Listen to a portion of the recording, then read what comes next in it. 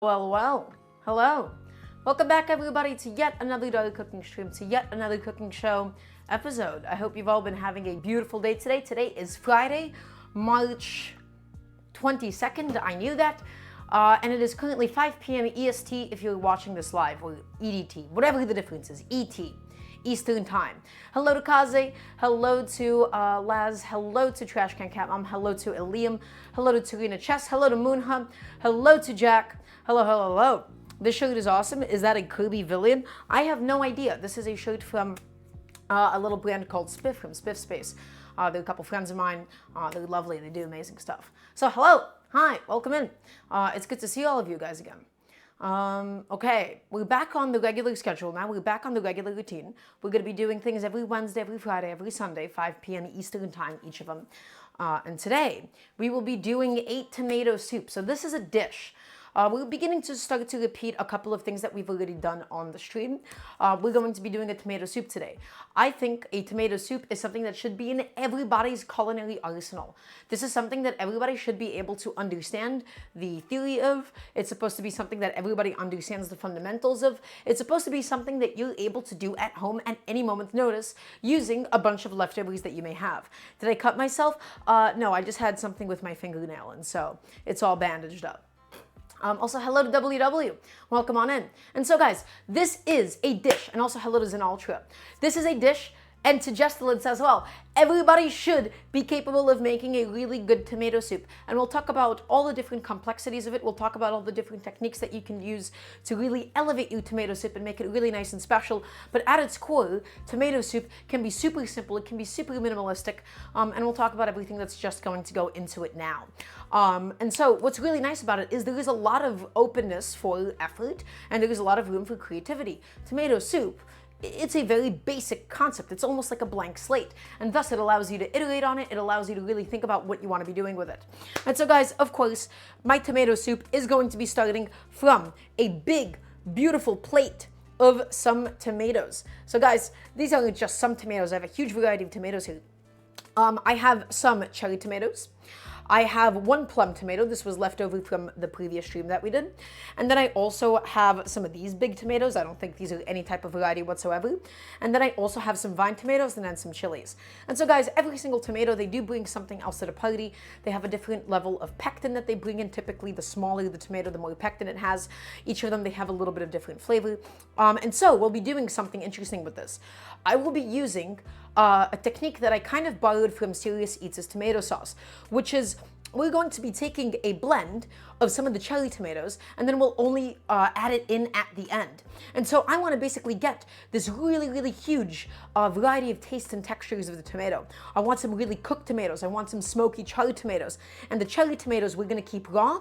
We're going to go ahead and blend them down, and we're going to add them in at the end because the cherry tomatoes have a lovely aroma, lovely sweetness. And so, as a result, we get the full spectrum of tomato flavors.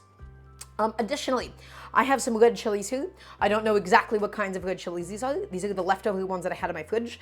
And so, because I have them, let's go ahead and do a spicy tomato soup with these guys today.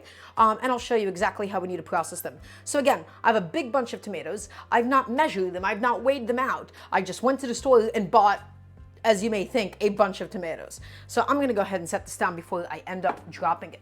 Okay. So one of the biggest things that distinguishes a tomato soup from a tomato sauce, oftentimes I see people make a tomato soup that's actually just a tomato sauce, it's just tomatoes. Okay, and so the way that I really distinguish it for me in my home kitchen is I have a mirepoix. I have an aromatic French base consisting of celery, onion, and carrot. These are not ingredients that I would typically feature in a tomato sauce, aside from maybe a little bit of tomato. But the carrot and the celery and the onion itself, it's going to give it, you know, a little bit more vegetal flavor that's not necessarily just plain tomato. And so we don't want too much of this. We don't want this to completely overtake the tomato or anything, but we're going to have a nice, reasonable amount of this. Okay, can I please get a yes, chef? I want to make sure that everybody's listening. So celery, onion, carrot. Do you have to use exactly these? Not quite. I just so happen to have all of them in my fridge, and these are the ones that are contextual in French cooking. And we'll be blending all of this down as well, so we don't have to like chop it too finely or anything. Okay, now let's move on I have a couple of herbs that I wanted to get rid of, guys. I have some old leftover cilantro. Also, hello to Sniper. I have some leftover cilantro, so I was like, okay, let's just put it into tomato soup. Why not? And then I have a bunch of parsley as well that we'll be finishing off this tomato soup with. And so, guys, this is what this tomato soup is for me. This is what it means to cook at home. I have these things that would otherwise go bad in my fridge, and so I want to go ahead and use them up. So, let's talk about a component that I think is essential to my idea of a tomato soup. I have some bread. This isn't just going to be for the grilled cheese that we're doing, but we want some bread in the tomato soup itself. One of my favorite things to do is to have some bread in there while it's cooking and then blend the bread in. The bread lends itself super well to the texture and the flavor of the tomato soup itself. The bread is one of our essential thickening agents as well, just as you said, Moonha. And so having, especially if you have like a stale piece of bread, this is a nice way to use it up. But in my mind, a tomato soup must have a bread component, be it breadcrumbs or stale bread or anything else that you can think of. I think having the soaked and blended in bread component is absolutely essential to the texture and the viscosity that I would like out of a tomato soup. In addition to the tomato soup itself, guys, we'll be doing a grilled cheese. Okay, because you can't have a tomato soup without a grilled cheese. I want a nice, beautiful grilled cheese sandwich. We're going to be doing it with 3 cheeses today, with provolone, with American, and pepperjack. So there's a lot of flavor, a lot of texture. Okay, it's going to be amazing. And we'll walk through how to make a perfect grilled cheese. Chat, do you remember my previous grilled cheese? Do you remember how good it was last time?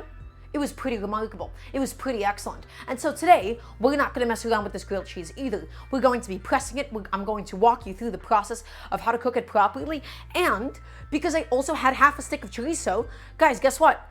I'm going to be doing a chorizo grilled cheese sandwich with 3 cheeses. 3 cheeses. It's going to be pretty remarkable. It's going to be really, really special. And so, it's going to be pretty incredible. Also, hello to 610 Vo.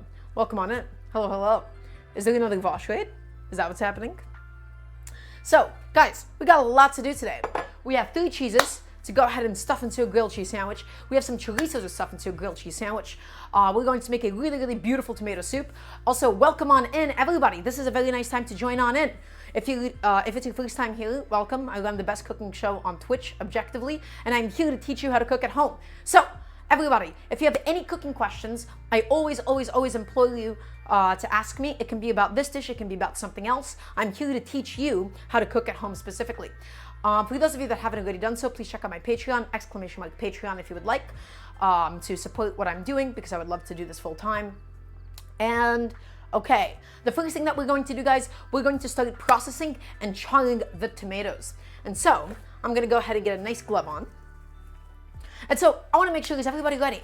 I wanna hear a nice yes, chef, from everybody tuning in right now. I wanna hear a nice resounding yes, chef, please and thank you. I wanna make sure that you're all ready to go. So, what is my opinion on multi-cookers? I only typically use like a pressure cooking setting on them. So guys, today, we're going to be doing some charred tomatoes for my tomato soup. And let me talk about this technique and let me talk about why I love doing this.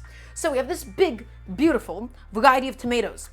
And so one of the most exciting things about cooking is I love taking techniques from a lot of different places, from a lot of different sources of inspiration.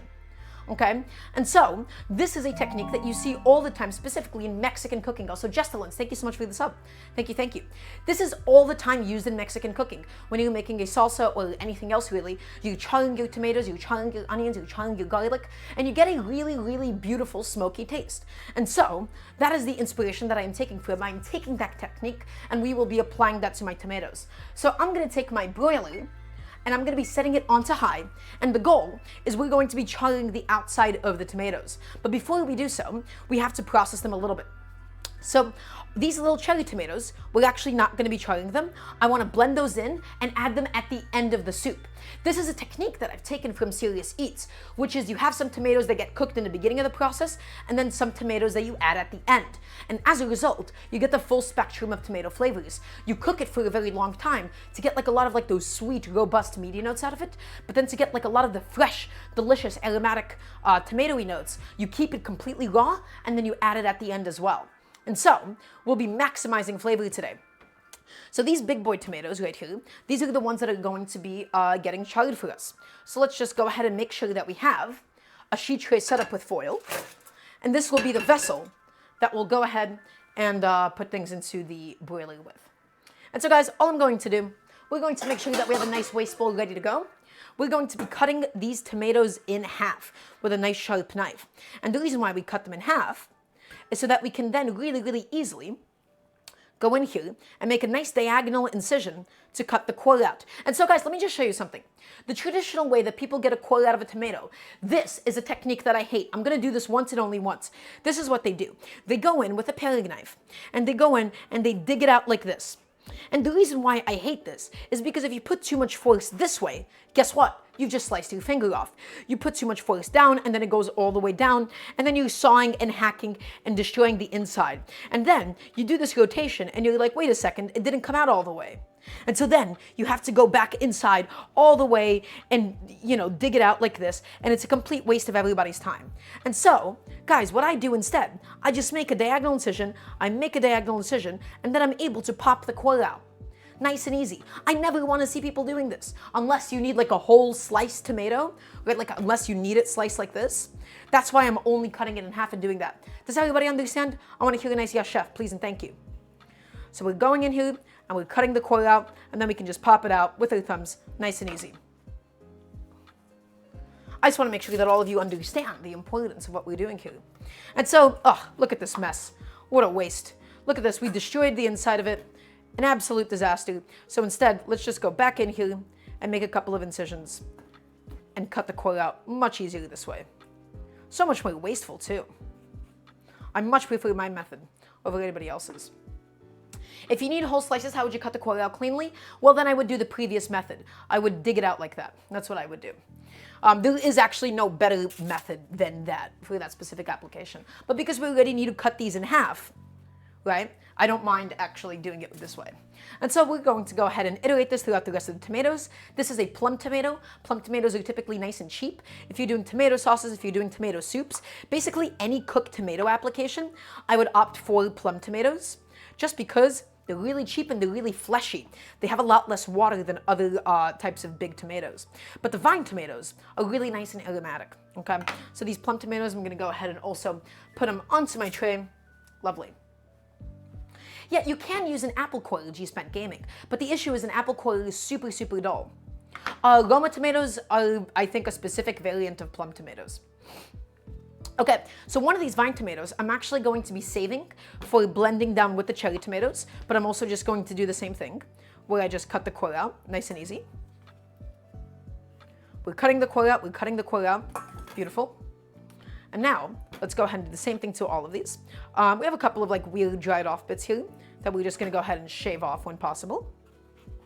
And same idea, guys. Cut them in half and go ahead, go in with your paring knife, get rid of it, get rid of that core because it's a little bit woody. Even though we're going to blend this down, the core of it tends to be a little bit fibrous, okay? And we have 2 more tomatoes to go. Guys, this is a proper tomato soup. I think, again, everybody should be at some point or another, doing tomato soup at home.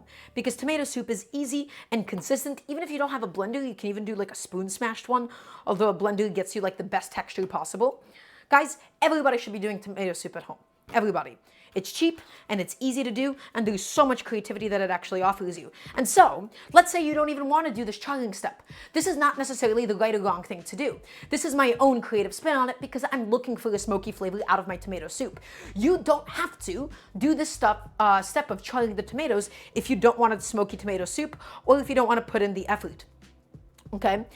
It's entirely up to you. If you want that smoky flavor, then you'll go ahead and do this. If not, then you'll just go ahead and skip a couple of steps. I am not teaching you a recipe. I am just teaching you a collection of different techniques and theory, and we'll talk about why we're doing the things that we're doing. And guys, in cooking generally, there's very few things that you must do. Right? Everything is relative to your intentions. And so, I want to put in a lot of effort. I want a nice smoky tomato soup, and thus I'm charring my tomatoes. So, I'm going to go ahead and put all of my lovely red tomatoes, my vine tomato, my plum tomato, all those bad boys onto my tray. Okay, let's go ahead and take a look at these guys. Beautiful. And now, we're going to be going ahead and popping them under the broiler. Bike Sexuals asks, blender versus food processor.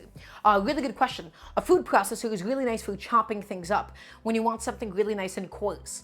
and also does a good job of like not blending things down into a puree. A blender is for getting a homogeneous, super even texture all the way through.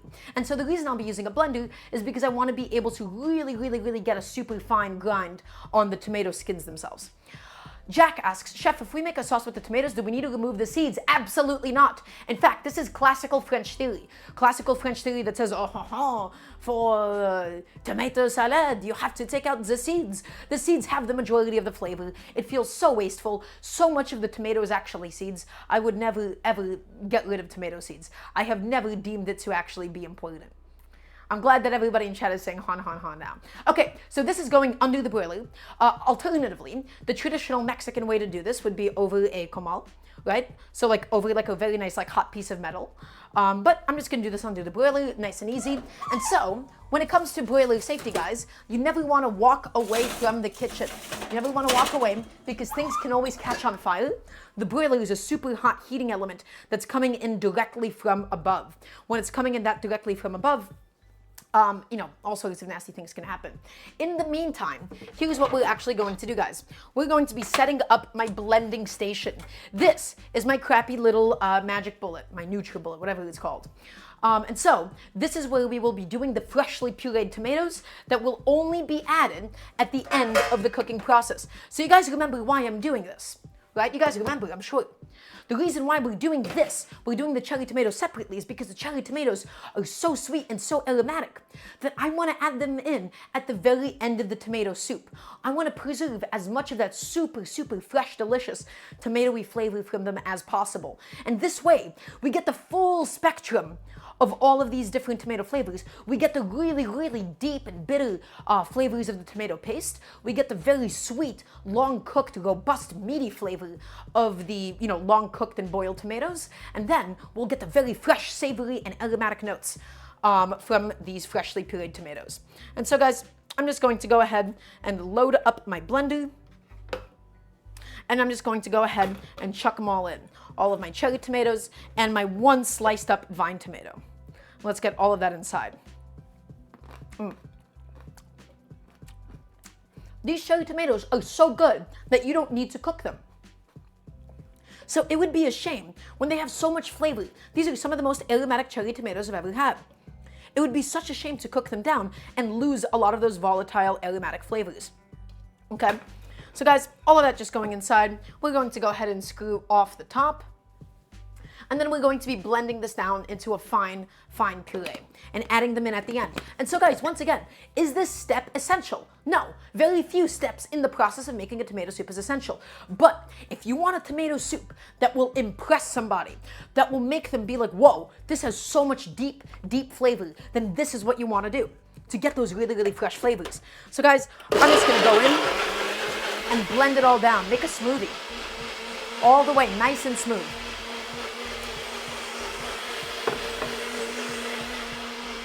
Blend it, as long as it'll go. Just get that job done. Can I please get a yes, chef? Please and thank you. And we want to get all of the tomato skins processed. We want to get all the tomato seeds broken down. We don't want any papery bits inside of our final product. So we want this thing blended. Keep it going, guys. Keep it going. I really want a Vitamix someday. I would kill for a Vitamix.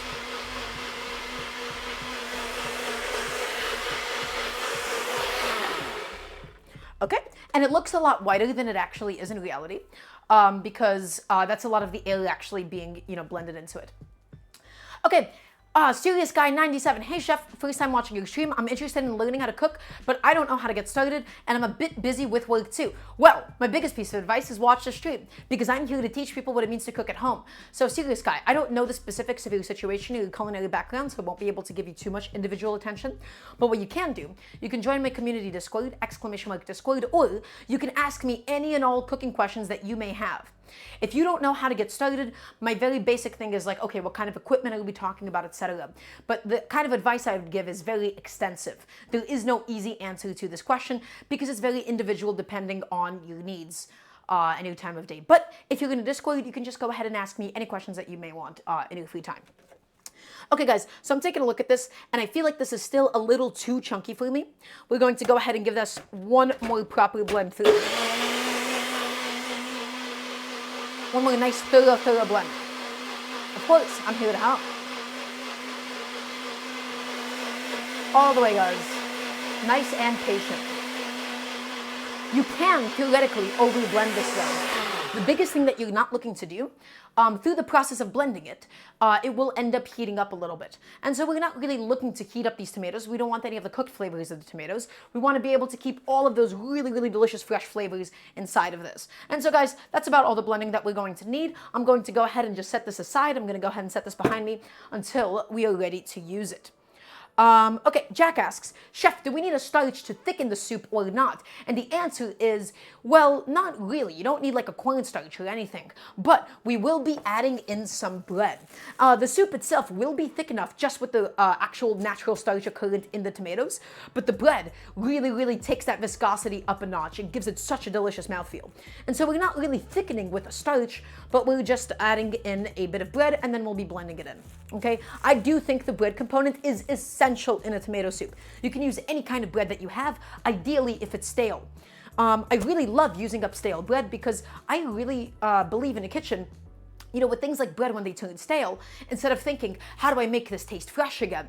I think what the stale bread lend itself well to. And soaking, putting into soups, making breadcrumbs, that kind of a thing. You can't really go that wrong with. Okay guys, the tomatoes have been under the broiler for just a couple of minutes. We're going to go ahead and open them up and just take a little peek at them. And we're basically looking for the tops of the skins to be nice and charred. Okay, we're looking for them to be nice and charred. We'll give the sheet pan a little bit of a rotation, but we're not really looking for a fully cooked through tomato because the pot will take care of all of that extra work for us. So all we're looking to do, guys, is to develop that smokiness at this stage. We want it to be blackened. We want it to be burnt. We want it to be scorched. And yes, absolutely, bread pudding. I haven't actually made a bread pudding in a very long time because I don't eat sweets. So guys, all I'm gonna do, I'm gonna give this a little rotation. You can see it's beginning to blacken. And let's put it back inside. We're looking for those tomatoes to get nice and beautifully smoky. Okay, yes, but this is a very core, like, culinary philosophy of mine.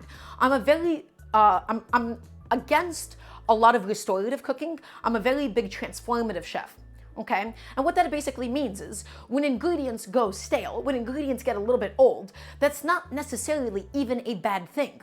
It means that it changes in its texture, it changes in what it does, and it might lend itself a little bit better to something else. For example, I have all of this old cilantro, and so this old cilantro, it's not good enough for me to want to put raw on top as a garnish, but this old saggy cilantro, you know what I'm gonna do? I'm gonna blend it into the soup itself. And so while we don't get like its full fresh flavor or anything, we still get some of it and we don't have to worry about its floppy, lackluster texture. And so I don't think about restoring an ingredient to its original quality because that's not what it means to grow old. That's not what it means to age. You have to embrace the age of something. It changes in what it does well. So use it for what it does best, okay? And so, like, I see like a lot of techniques, especially on TikTok, of like, oh, if you have a stale loaf of bread, this is what you do. And they wash it under some running water, and they put it into the oven, and they take it out. And the thing is this, even if it's like 95% as good as a freshly, baked loaf of bread, it's still 95% as good. That stale bread is so much better for things like meatballs, for things like breadcrumbs, etc. And so your kitchen is a living ecosystem. You have to know what to do with each ingredient as it grows old. Okay? And so yes, growing old does mean being sliced and being put into soup. That's right, Moonha. Hope this helps. That bread is still a little bit fresh though. It's not stale bread. Yes, Nifty Biz, that's exactly what I'm going to do. I'm here to teach people techniques. I'm not here to teach people recipes. I'm here to teach people an understanding of food and how it works. Okay, so we're going to go ahead and go back on over to the stove. We're going to go take another peek at the tomatoes, guys, and we're looking for them to be thoroughly charred on all sides of the skin itself. Okay, so all I'm going to do, it's continuing to blacken. I'm going to give this another 90-degree turn to ensure that it is evenly blackening. And now, if anybody has any questions, this is a good time to ask because we're not going to really move on to anything else until my tomatoes are done charring. Once my tomatoes are done charring, we're going to go through the process of the rest of the aromatics for the soup itself.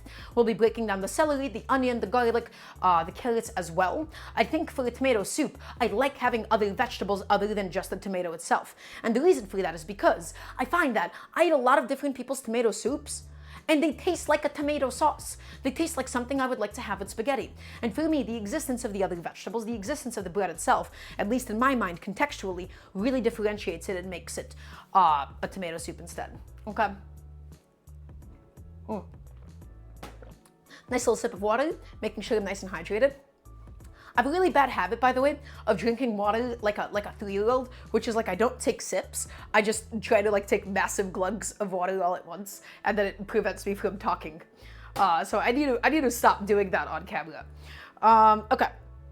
Let's go ahead and go back over to the cutting board, and we'll talk about these aromatics.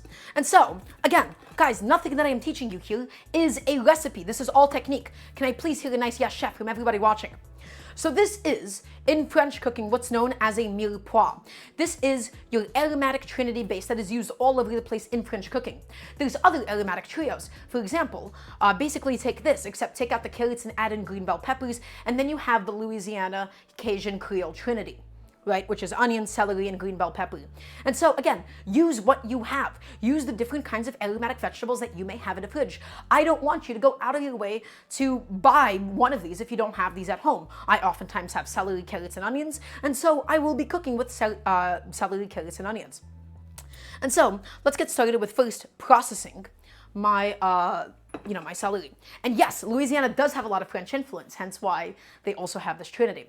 But guys, I believe it is time to take out the tomatoes from the broiler. We can go ahead and shut it off. The broiler has done a wonderful job for us. And now we have all of these beautiful charred, smoky tomatoes. Again, is this step actually essential? No, very little bit of cooking in general is essential. But if you want a smoky flavor, this is the way to do it. I hate liquid smoke. I don't think it tastes pretty good. It tastes like a wet campfire in a very unpleasant way for me. And so, getting that really, really delicious charred tomato skin, once we do blend this down, it's going to give you soup that extra little bit of oomph. Okay? It's all about building flavor. All right, let's head back on over to the celery, guys. And now, here's what we're going to do. This is not essential if you're cooking the celery, but I want to show you something. How many times have you bitten into some celery and then all of the fibers get stuck in your teeth? That's because celery has these super, super long, thick fibers that run all the way through it. If you're cooking the celery, this doesn't matter, but this is a technique that I love showing off nonetheless. So guys, here's what you do to get rid of that. You go ahead, you break off a chunk of the celery, and then you can peel it back. And these bad boys right here are the fibers of the celery itself, and you can see how resistant they are, right? They're not immediately snapping, right? And so we're going to go ahead and do this and repeat it with all sides of it as much as we reasonably can. And that way, we get a really, really nice tender raw piece of celery. Now, again, for this recipe, for this dish, excuse me, not recipe, it's not particularly essential because, we're going to be blending all of it down anyways. We'll be cooking it through. But if you're eating it raw, this is a very, very lovely step. Next time you, I don't know, making a salad with it or eating some wings. Okay, so we have the celery. And guys, typically I take a lot of effort and I take a lot of time in making sure that I have really beautiful knife cuts. For today, because this is all going to be blended down, we will not be, so like crazy about it. We won't be so anal about it. So all I'm going to do, I'm going to go ahead and just cut this bad boy in half, and then I'm going to go ahead and cut it down lengthwise. And so what is the goal here? The goal is to get it small enough that it can properly saute. And we are looking for still, as reasonably even knife cuts as we possibly can. We don't actually want the celery to be too finely chopped. And the reason for this is because I want it to properly saute. The more that you chop and refine and process a vegetable, the more it ends up leaching out liquid. Okay, and the more it ends up leaching out liquid, the more difficult it is to actually go ahead and get a good proper saute on it. I'm not sweating my vegetables, I'm sauteing them. We're going to brown them and build a lot of beautiful flavor. And in order to do that, we need to make sure that my celery isn't basically completely done as a puree. So guys, I'm going to go through this big pile of celery. I'm actually going to put a glove on because I do have a band-aid on this finger, just to make my life a little bit easier, so please forgive me. And today's soup is actually going to be Is it going to be entirely vegan? I think we'll be doing an entirely vegan soup today. Well, yeah, I think today's actually going to be completely vegan. I could also use a vegetable peeler to peel the back of the celery. Yes, you can do that, G-Spent, although I just find that to be a little bit more annoying. It's like super easy just to pop it out and rip out the fibers. Especially because we want to already get off like the dried off bits. Okay, so that's the celery. And again, we're going for like a medium dice on this. It doesn't super matter. It's all going to get blended down anyways. But the goal of these vegetables is still for them to get some really nice, beautiful color on the pan itself. Okay? And so, as for the vegetables, they're all going to be added into the pot at the same time. They're all going to be sauteing at the same time. Typically, I like to separate my ingredients, but if they're going to be added in at the same time, we want to go ahead and put them onto the same plate so that we don't use multiple dishes for no reason. And so, by the way, this is a concept called mise en place. Essentially, you want to have everything laid out before you're ready to cook. The last thing that you want to do, you don't want to jump between your stove and your cutting board, because it's stressful and you'll end up burning stuff on the stove and rushing the actual cutting process. By getting all of your prep work done in advance, yes, it takes longer, but this process becomes infinitely times more enjoyable. Now, let's go on to the carrots. You don't really have to peel them if you do scrub them thoroughly. I did not scrub my carrots, and so I will instead just peel them. Guys, if you're struggling with your peeler, just buy a new one. I like these V-neck peelers a lot more than the other shape, but it's entirely personal preference. And I'm just gonna go down the full length, all the way through, of my lovely little carrot. And it goes directly into my waste bowl. Guys, you don't want this on your cutting board. It's just gonna make a mess. You don't wanna do this over the trash can. I'm telling you, having a separate waste bowl where you're putting in all of your different food scraps is an excellent, excellent idea for times like this. And so if you don't wanna waste the carrot peels, there's plenty of things that you can do with them. You can put them into a stock or something. I don't feel the need to do that. And this wouldn't be necessary if you did scrub your carrots. I just did not get to it. Okay, so that's one carrot done. And let's go ahead and do the second one as well. Does anybody have any questions about this process? And these are old carrots too. These guys aren't particularly fresh or anything. And so again, when you have old vegetables like this, especially for a pureed soup, they'll lend themselves super, super well to that instead of like a raw application. Like this carrot, it's a little bit more bendy, right? It's a little bit flaccid at this stage in its life, right? And that's okay. That happens with age. Not that I would. Stop. Family friendly. Guys, we're going to go ahead and take the carrots and we're going to just quickly cut off the dried off ends, and the same thing with the bottoms. Just pop them off, get them out of here. And now we're going to go ahead and we're just going to cut this in half, guys, and we're going to give us a nice flat side here. And the reason we're giving us a nice flat side is so that the carrots, they don't move around when we're cutting them. Okay, because you can see how this carrot is rolling around, but by cutting it down like this, it's no longer rolling around. And we're going to try our best to do the same thing with this one. And so the essential part here, guys, is that you slice all the way through. You're slicing it so that you don't cleave it like an axe. Okay, and now we'll go ahead and do the same thing with this one. We'll just give us a nice flat edge. It's a little bit tricky when it rolls around like this, and we'll give us a nice beautiful flat edge. Okay, and now guys, same exact idea as the celery, except the only thing that you want to keep in mind is that I want a slightly thinner cut on the carrots themselves. The reason why I want a slightly thinner cut than the celery is because the carrots take longer to cook. And so I'm just going through these. I'm getting a thinner slice, all the way through my carrots. And it's all going to get blended down anyways. And so the carrots are going to add a really, really nice earthy sweetness into the tomato soup for today. So just going all the way through. Excellent. That's one little batch. Let's go on to the next one. And again, it's kind of awkward for me to cut today because I do have a band-aid on my middle finger, so excuse my technique being a little bit more clumsy than usual. So we're just slicing, we're slicing. Thank you for stopping by, Jack. It was lovely having you. And we're slicing and going all the way through it all. And again, it doesn't have to be perfect. This is not going to be in chunks. This is not going to be in a salad. It's not going to be raw. All of this is going to get pureed down anyways. I just like putting in this much effort. If you want, you could theoretically just get a bunch of massive chunks and not worry about it too much, but that's not how we do things here. So in total, I'm doing 2 carrots to 1 thing of celery to 1 onion. I do want to make sure that I don't have too many aromatics because, again, they're not the star of the show.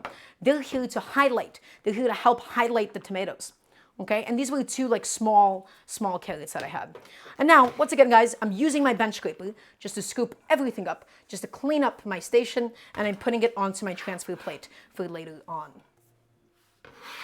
Effort is inherently rewarding, that's right. And they do cook up a little bit more evenly when you do put in that much effort, right?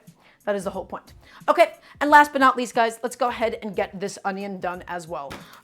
We'll do the entire, do I want this entire onion relative to that many tomatoes? I don't think I actually want this much onion. I think I'm only going to do half an onion. Because again, as delicious and lovely as onions are and alliums are, this is not about the onion for today. Okay, the onion is not the star of the show. The onion is just here to contribute its delicious allium flavor and its sweetness, but it's all about the tomatoes. And so, this is the balance of a tomato soup. You want to make sure that tomatoes are still the star, but you don't want them to be the only component. If the tomatoes are the only vegetable that you actually have in your tomato soup, it feels to me more like a tomato sauce than anything else. And so this bad boy, I'm going to go ahead and throw him into the fridge.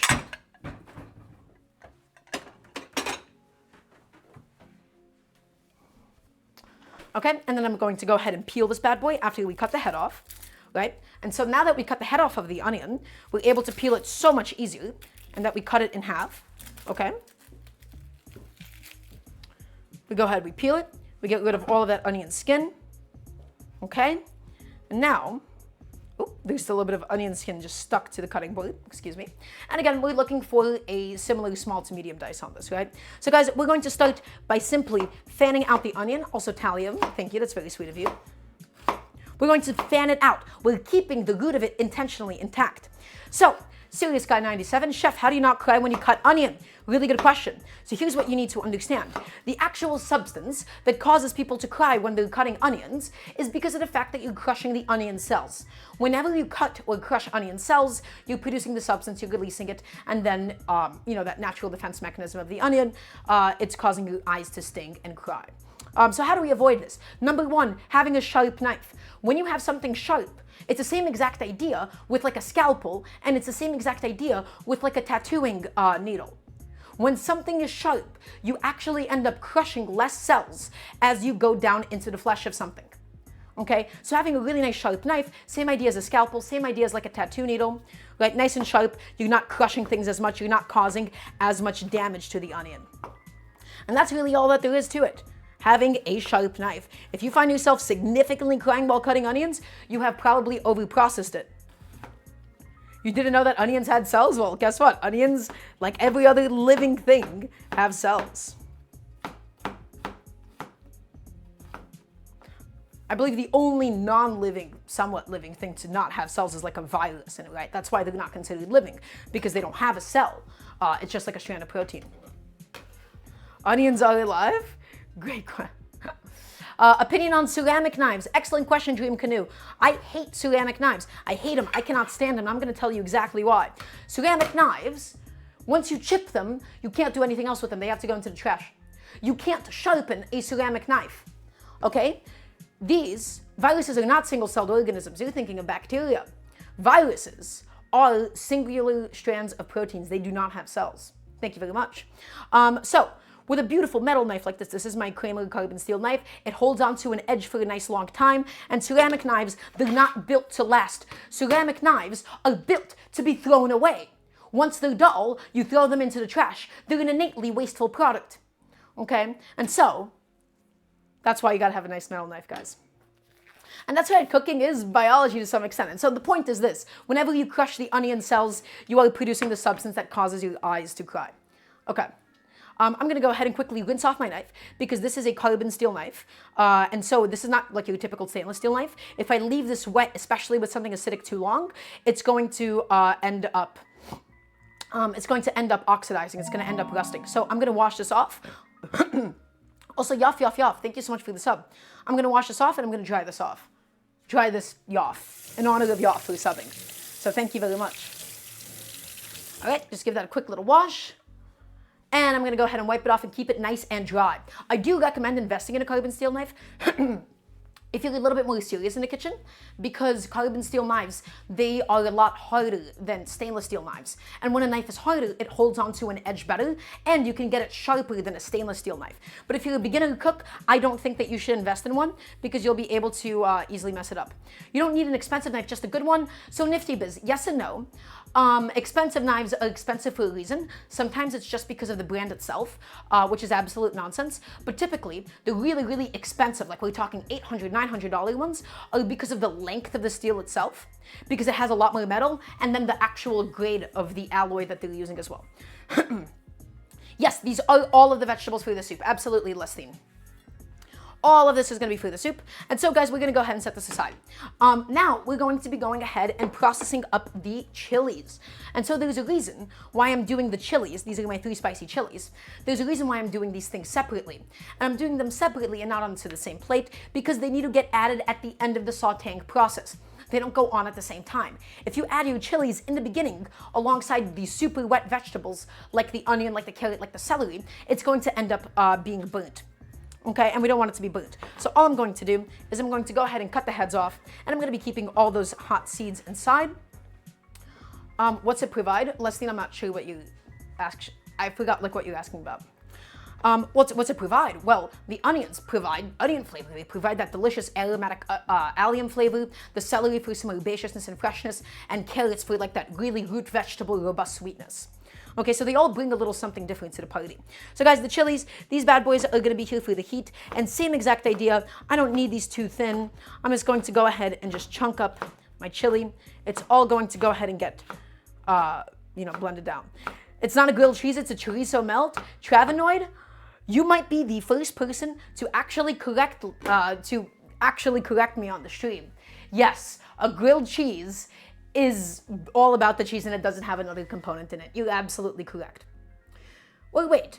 I feel like the chorizo is just going to be a feature. It's not going to be the main component of the grilled cheese sandwich itself.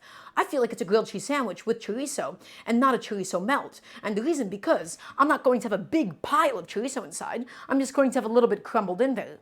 So you know what? You almost corrected me. I think the difference between a grilled cheese versus a melt is purely the proportion. Okay. I'm going to go ahead and wipe off my knife yet again, guys. And then I'm going to go ahead and transfer my chilies over to a completely separate plate. Chef is always right. That's right. I have never been wrong before, especially on the stream. Okay, so let's go ahead and get all of these chilies. And guys, if you don't already have one, I really recommend investing in a bench scraper. I see a lot of people, here's what they do. Serious guy, this is also something that I feel like you would benefit from knowing. When you take a knife and you want to scoop things up on the cutting board with it, you know what happens? You dull your knife, and then you also have a risk of cutting yourself, but that's not what I'm worried about. I'm worried about your equipment. You will end up dulling your knife by scraping it against the cutting board. And so when you have a nice, beautiful knife, what are you doing? Even if it's a poor knife, like even if it's like a ceramic knife, like a poor quality knife, excuse me, you're going to end up dulling it permanently, okay? And so guys, just use a bench scraper. Go ahead, invest in one of these bad boys. This is a lovely, lovely piece of equipment. It is one of my favorites to have at home. One of my favorites. Also, Snapcap, thank you so much for the $10 dono. Thank you, that's very sweet of you. Whoa, that's very... I haven't gotten a donut in a while. I got jump scared by my notification sound for it. Thank you, Snapcap. Okay, let's also go ahead and process up the garlic for the tomato soup. Because guys, guess what? You can't really have a tomato soup without garlic. I like breaking up a head over my waste bowl, so all the papery skin just goes inside. And we're going to go ahead and separate each of these cloves. Get them out of here. Bench scrapers can also be used to cut dough, absolutely. If you're also working in a professional kitchen, bench scrapers typically also have measurements. So if you need to know the difference between like a brunoise or like a julienne or something and you need to measure it down, you will also have the measurements on it. But that's like, if you're insane. I don't need that though. But this is also like very useful for dough. That is what its initial usage was, right? A bench scraper was for like scraping down like a bench if you're working with sourdough, and it's really nice to get under the dough and to be able to pick it up. Okay guys, so I'm going to be using my bench scraper again. So next thing that people do, when it comes time to smash the garlic clove, they use their knife. Again, you can slip, you can easily dull the knife. I much prefer using a flat sheet of metal like a bench scraper. There is absolutely no risk of it. And so you might be asking me, oh Daramgar, why are you crushing the garlic cloves? Can somebody please say that ad verbatim? oh, Daramgar, comma, while you're crushing the garlic cloves. If you can get some like squiggly lines and make it seem really annoying, that would also be good. I want to see the whole chat say this. Please and thank you. And then I'll explain once I have enough people asking me. Like, oh, Daramgar. Perfect. That's what I'm talking about. That's good. Also, game's new to me. Thank you so much for the Prime sub. So you might be asking me, oh, Daramgar, why are you crushing the garlic cloves? And the reason why I'm doing this is because this is how you separate the garlic skin from the clove itself. Because look at that. The skin now easily pops out. It's not about the Allison. It's about actually separating the skin. Now, we'll talk about the next thing that I'm going to do. So one of my strongest culinary opinions is that I cannot stand mincing garlic by hand. You know why? Let me explain to you right now. Imagine you're holding a knife. And you're like, okay, it's time to mince this garlic. And so what people do, it's sticky. It sticks all over your cutting board. And then it's sticking to your knife as you go. And then you have to wipe it down. And then your hands are sticky and covered in all that garlic, stuff. Right? And it's incredibly inefficient. And then they do this insane motion where they call it a rock chop to be able to mince it. And then you're dulling your knife in the process and it's an ugly motion. Guys, the best thing that you can do to make garlic a lot easier is a garlic press. I love my garlic press. I love this thing to death. Okay, we take the garlic and we throw it inside and then we press it and we extrude it. We push it all out, guys. Exactly, smell like garlic fingers, it sticks all over the place, it sticks to your cutting board. I cannot stand it. Mr. Garlic Press is doing a wonderful job for us right now, okay? So we're going to get all this garlic nice and pressed. The finer that you mince and press and crush garlic, the more intense and pungent it gets because of a little something, as previously mentioned, called Allison. You produce more Allison, you produce more of that garlicky pungency, and we're just going to take it and scoop it back in. So instead of spending 2 minutes wasting everybody's time chopping and mincing garlic with a chef's knife and putting salt in and, making it abrasive, I'm just doing this instead. This was so much easier. This has saved me so much time. And it saved me the chore, the hassle of having to mince garlic. So guys, if you share this opinion that cutting garlic is a bit of a headache, I'm telling you, a garlic press. And you might be like, how do you wash this? Get like a regular kitchen brush and just poke the holes and then you can wash it how you would normally. But you want to poke the holes while the garlic is still fresh and raw so that it doesn't dry out and then clog the holes. Okay, so I pressed it. I got all that garlic out, guys, and I'm just gonna go ahead and throw this into my dishwasher. Why do I throw it onto my dishwasher on camera? Despite the fact that I'm live on Twitch, it's because this is a home cooking show. I'm cooking on stream for you all 3 times a week. And so, I wanna show you what it means to actually cook at home. It's about cleaning as you go. Having a nice empty dishwasher, if you have a dishwasher, before you begin cooking is one of the best things that you could possibly do for yourself. Okay? So guys, let's talk about all of my different vegetables that will be going into today's soup. These are my spicy chilies. These are all of my garlic cloves, nice and pressed. Garlic for that garlicky flavor, for that pungency. My chilies for the heat. Okay, this right here, guys, is my French mirepoix. Okay, this is carrots, this is onions, this is celery. And then currently on the stove, I have my charred tomatoes, which will be added in. Everybody, it is time for us to properly begin the tomato soup itself. Also, hello Cyber God Foods. Welcome on in. Everybody, it's time to begin. So, I'm gonna go ahead and get a nice, this is like a large saucepan, although like a pot would be pretty ideal as well. And we'll talk about this in just a second. I'm just gonna wipe it off because it still has some water in it, it seems, from when I washed it. And we're going to go ahead and get this onto a nice heat. So, everybody, let's talk about sauteing your vegetables. So, this is my Clad Mavier pan. It has an aluminum coil stainless steel on the outside. Here is my rule about cooking on stainless steel.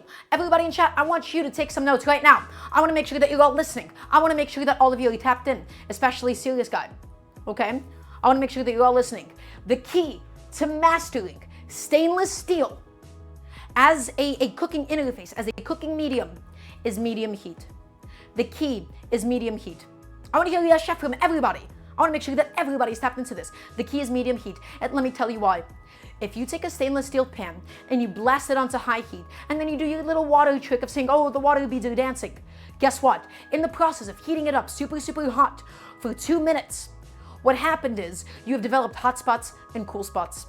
And then there will be parts of it that stick, and there will be parts of it that end up burning. The key to a perfectly evenly heated piece of stainless steel is to do it on a medium heat for a longer period of time. We're going to start with a generous amount of olive oil because we're going to be properly frying and sauteing these vegetables. I'm not messing around, chat. I'm not messing around, my lovely little sous chefs. We're not going to put it in there with a teaspoon of oil and say, oh, we're going to sweat it for a second. The oil is an essential intermediate, okay? It is the thing that actually gets things to properly brown. And let me explain why. Now, this might be a little bit obvious to some of you, but it might not be obvious to some of the newer cooks. And so this is a concept I want to explain. So what is the beauty of oil? Well, so let's go ahead and take a little vegetable like this. Even though this might look perfectly flat, the reality is it might have, a little bit of a natural curvature to it. This part has a little bit of a curvature to it. If we were to take all of these, and let's say we have a magical pan that's always going to be nonstick, and we threw it onto a pan, what happens is we would get only the edges of it to get any amount of caramelization whatsoever. And those edges would end up getting super, super burnt, and the center of it would be completely uncooked. The oil is an extension of your pan. It is the thing that wraps around the vegetables and makes sure that it cooks really nice and beautifully and evenly. Without the oil on a completely empty stainless steel pan, and I know this might seem obvious to some of you, I know this might seem like cooking 101, but I want to explain the function of this. It's not just about making something not stick, it's about making sure that things evenly brown. And so here's what's going to happen. These vegetables, they're all going to be coated in some amount of oil. We need a little bit of extra oil to compensate on the bottom of the pan. The vegetables, once they soften, they're going to release a certain amount of liquid. Then we're going to evaporate that liquid, and once that liquid is evaporated, they will begin browning. Water, and I usually hate saying the word the Maillard reaction. I hate saying that because it's typically overused. But what happens when there's water, it inhibits the Maillard reaction. It makes it more difficult for food to turn brown and delicious. And so we're going to evaporate some of the excess liquid as the vegetables shrink and release all of the water. And then once that water is evaporated, you will see and hear the pan actually change. And I'm going to walk you through understanding that process. Maillard, Maillard. Okay.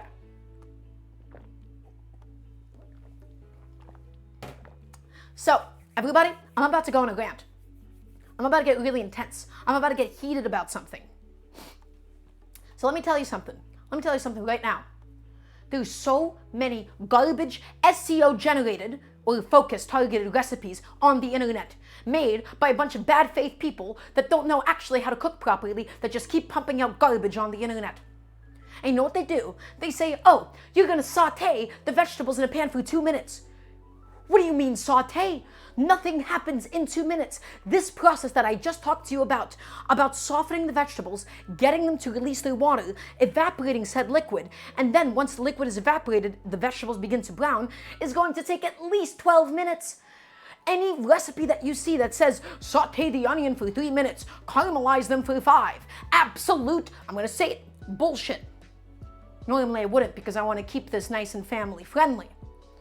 But still, it bothers me. It bothers me intensely. And so guys, the key to this is a nice medium heat. We're not looking to scorch the vegetables immediately. We're just looking to soften them enough that we can go ahead and get them to collapse. So all of these recipes are written by people that have no idea what's going on, that are just trying to go ahead and get a nice little click. And you've just wasted your time. You could have effectively boiled your carrots and your onions and celery and have done the same exact thing. Okay, so guys, my oil is now nice and hot. We don't need it to be smoking hot because again, I'm not looking to scorch the vegetables in this beginning cooking stage. All I'm looking to do right now is to soften them enough that I can evaporate said liquid, okay? And we're just going to go ahead and add them in. You want to get as close to the pan as possible so that the oil doesn't splash up. I've realized that I've lost a couple of vegetables because I'm doing this from a plate and not a bowl, so forgive me for how suboptimal this is. Also, if you want to support what we're doing, guys, type in exclamation mark Patreon. I would love to be able to do this full time. Okay. I'd love to be able to do this full time one day. I stream 3 times a week. Or you can just also scroll down and go into the about section. So all of these vegetables, let's go ahead and get them inside.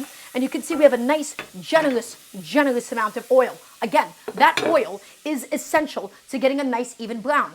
If you wanted to go ahead and put this on a non-stick pan without any fat whatsoever, be my guest. But you know what you're going to get? You're going to get a bunch of vegetables that have the outsides burnt and the inside part, the middle part, isn't actually, browned at all.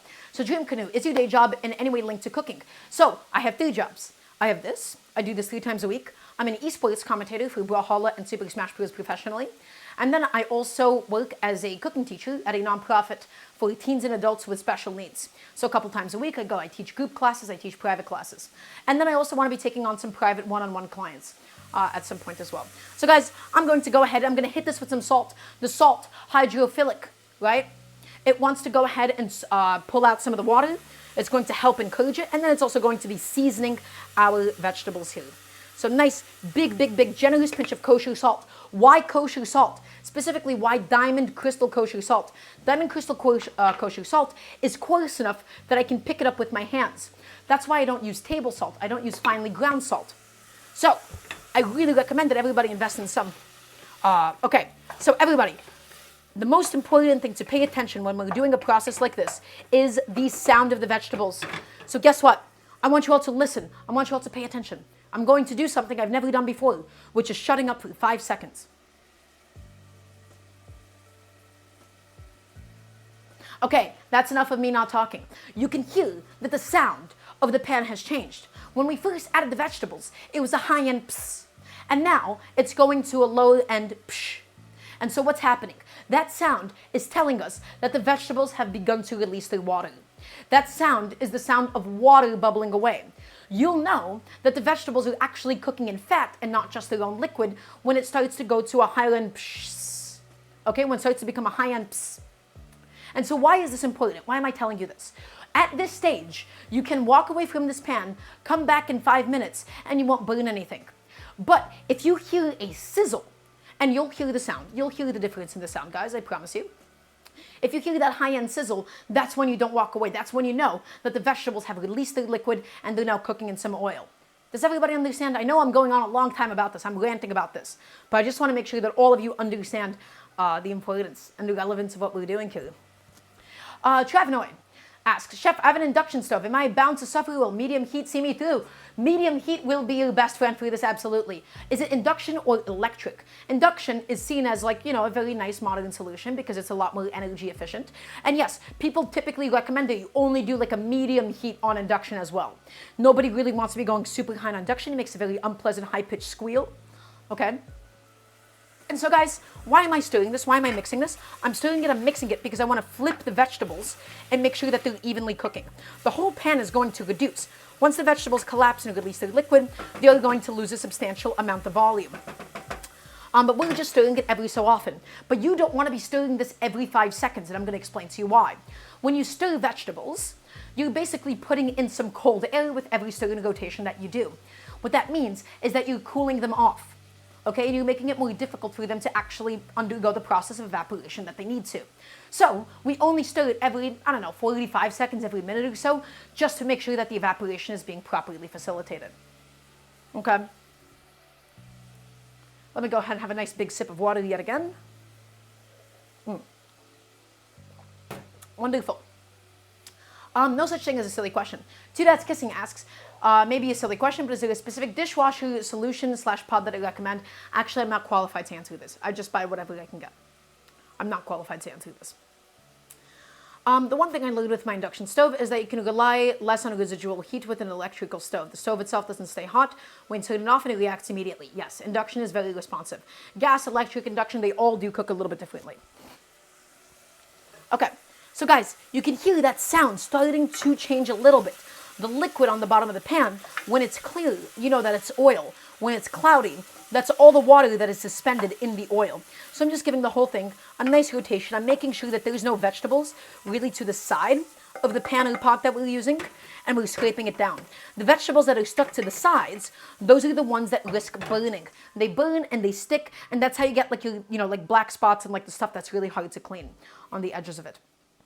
Okay, so while that's going, while this is just doing its thing, what can you and I, that's us, hi, what can we do in the meantime? Amazing question. Thank you so much for asking me. Let's go ahead and pick some of the parsley. This step isn't super essential because, again, this is old parsley and I was going to puree it anyways. I just don't love the texture, the fibrousness of the parsley stems. You can skip this step if you would like, though. And we're not going to need to cut them or anything. All we're going to do, guys, we're just going to go ahead and pluck them and pick them. Pick and pluck, as I would say with one of my students.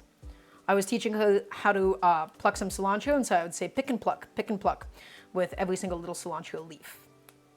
Pick, pluck, lovely. And so, guys, again, that sound, again, it's getting a little bit quieter. It's becoming more of a psh, because right now the vegetables are releasing their water. So, remember when I said these recipes that say saute your vegetables for 5 minutes are complete nonsense? Think about how long we've already been cooking these vegetables and how they're not even close to beginning to brown. That's why you do the Daramgar method. Okay? That's why we do this method. That's why we're nice and patient with it, guys. Okay? I want to make sure that all of you understand. Let's get rid of all of those parsley stems just because it also gives us something nice to do. Is this a little bit wasteful? Yes, it is. I just don't love the texture of the parsley stalks. Right? Patented Daramgar method. Nobody's been doing this. Yes, a lot of people misuse saute and sweat, and even then, I'm not that crazy about the word sweat, snapgab. And the reason for that is because I don't feel like sweating does much, other than you actually, you're infusing the oil itself with some of the, aromatic flavors. But even then, I don't feel like it does that much. So when I say saute, I do mean saute. So chat, is there anybody here that does not know why we saute something? Does anybody here not know why we brown something? Especially if there's anybody newer.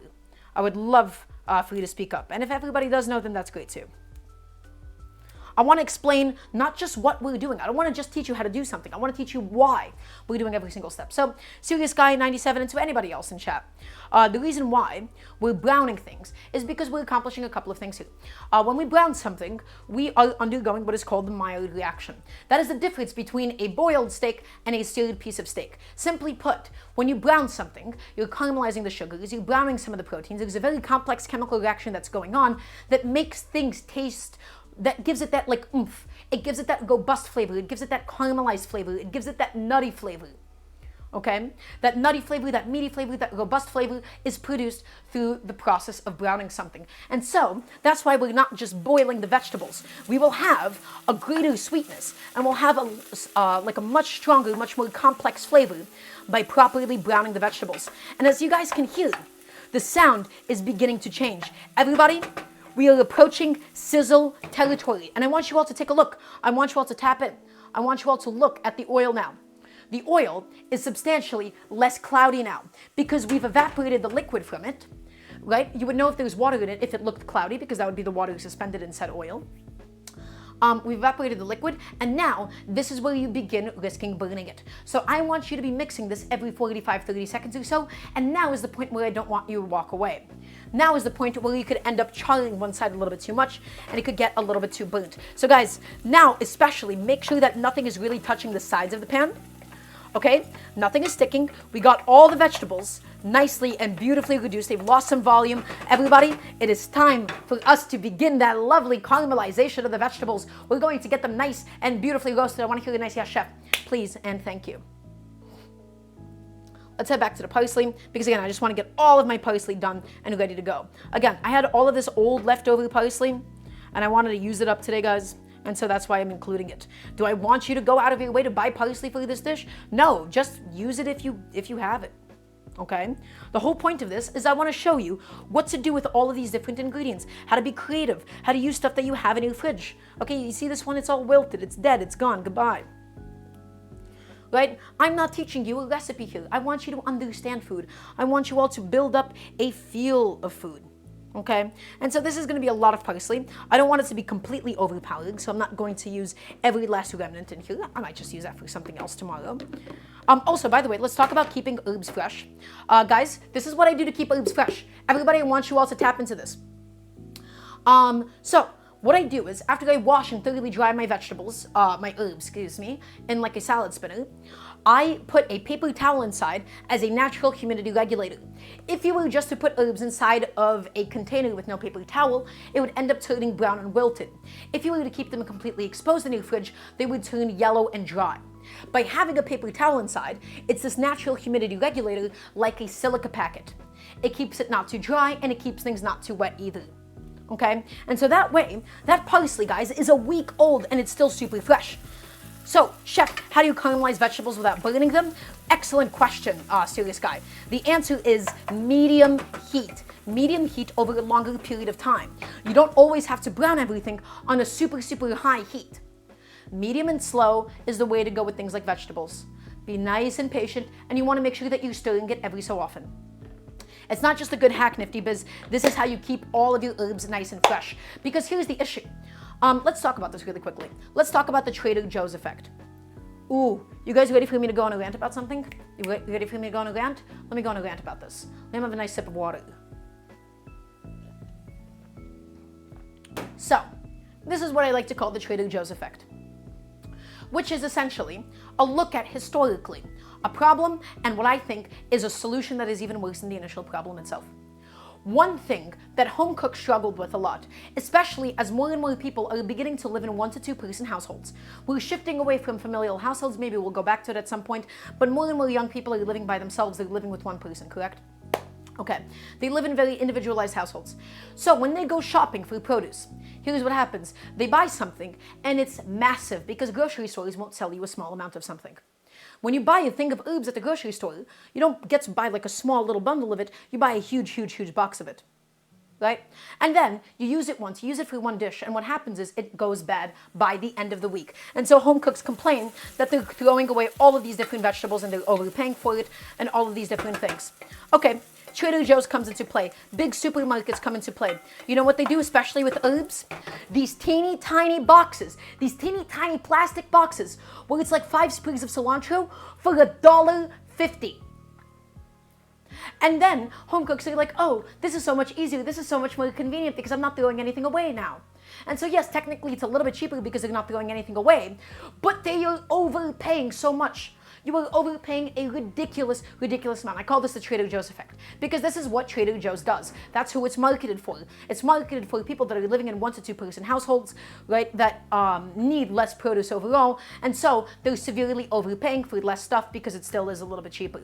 And so what I want to teach you how to do is I want to show you a million different ways to use something throughout the week so that when you are left, and how to keep things fresh for longer, so that when you are, encountered with a big bundle of parsley that you bought at the beginning of the week, that you don't have to throw it out at the end of the week. And so what am I showing you? I'm showing you how to keep it fresh. I'm showing you how to keep it good for longer. And it'll lose a little bit of texture for sure if you freeze it like that, but all of these different methods, all these different ways of cooking it, the most important way to not waste food at home is to have a million different creative ideas in your mental encyclopedia of how to cook. Okay? And so that's what I want to teach you how to do. I want to build you all. I want to show you all this toolkit.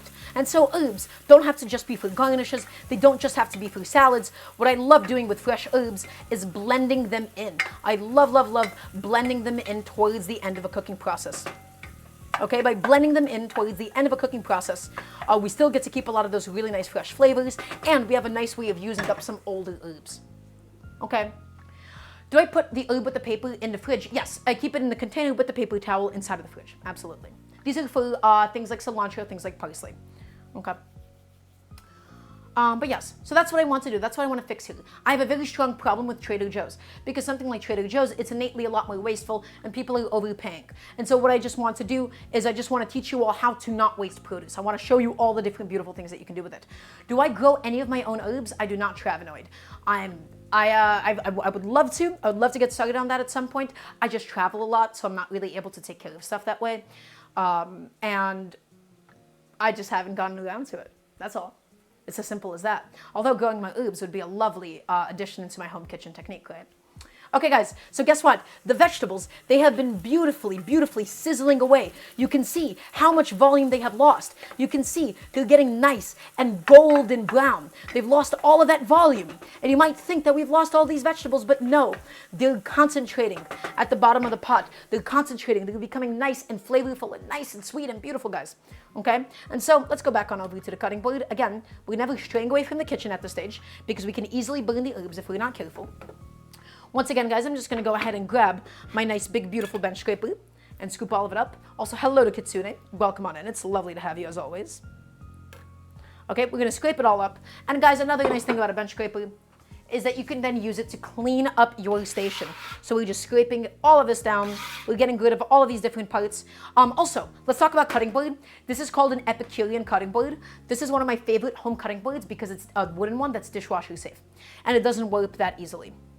So I really, really recommend for home cooks, you don't really need a butcher block or like a high soft cutting board. I really recommend investing in an Epicurean cutting board. This advice is for serious guys specifically. And the reason why, again, I think it's ideal in a home setting is it's thin, it's lightweight. It's not the cheapest, but it does dishwash quite well. And it doesn't need like oiling like you would a butcher block. It doesn't need any of this crazy stuff. Okay. So guys, guess what? All of those vegetables, look at the color that they are building up. Look at all of that incredible color. All of that's a sweet, robust, roasted flavors. So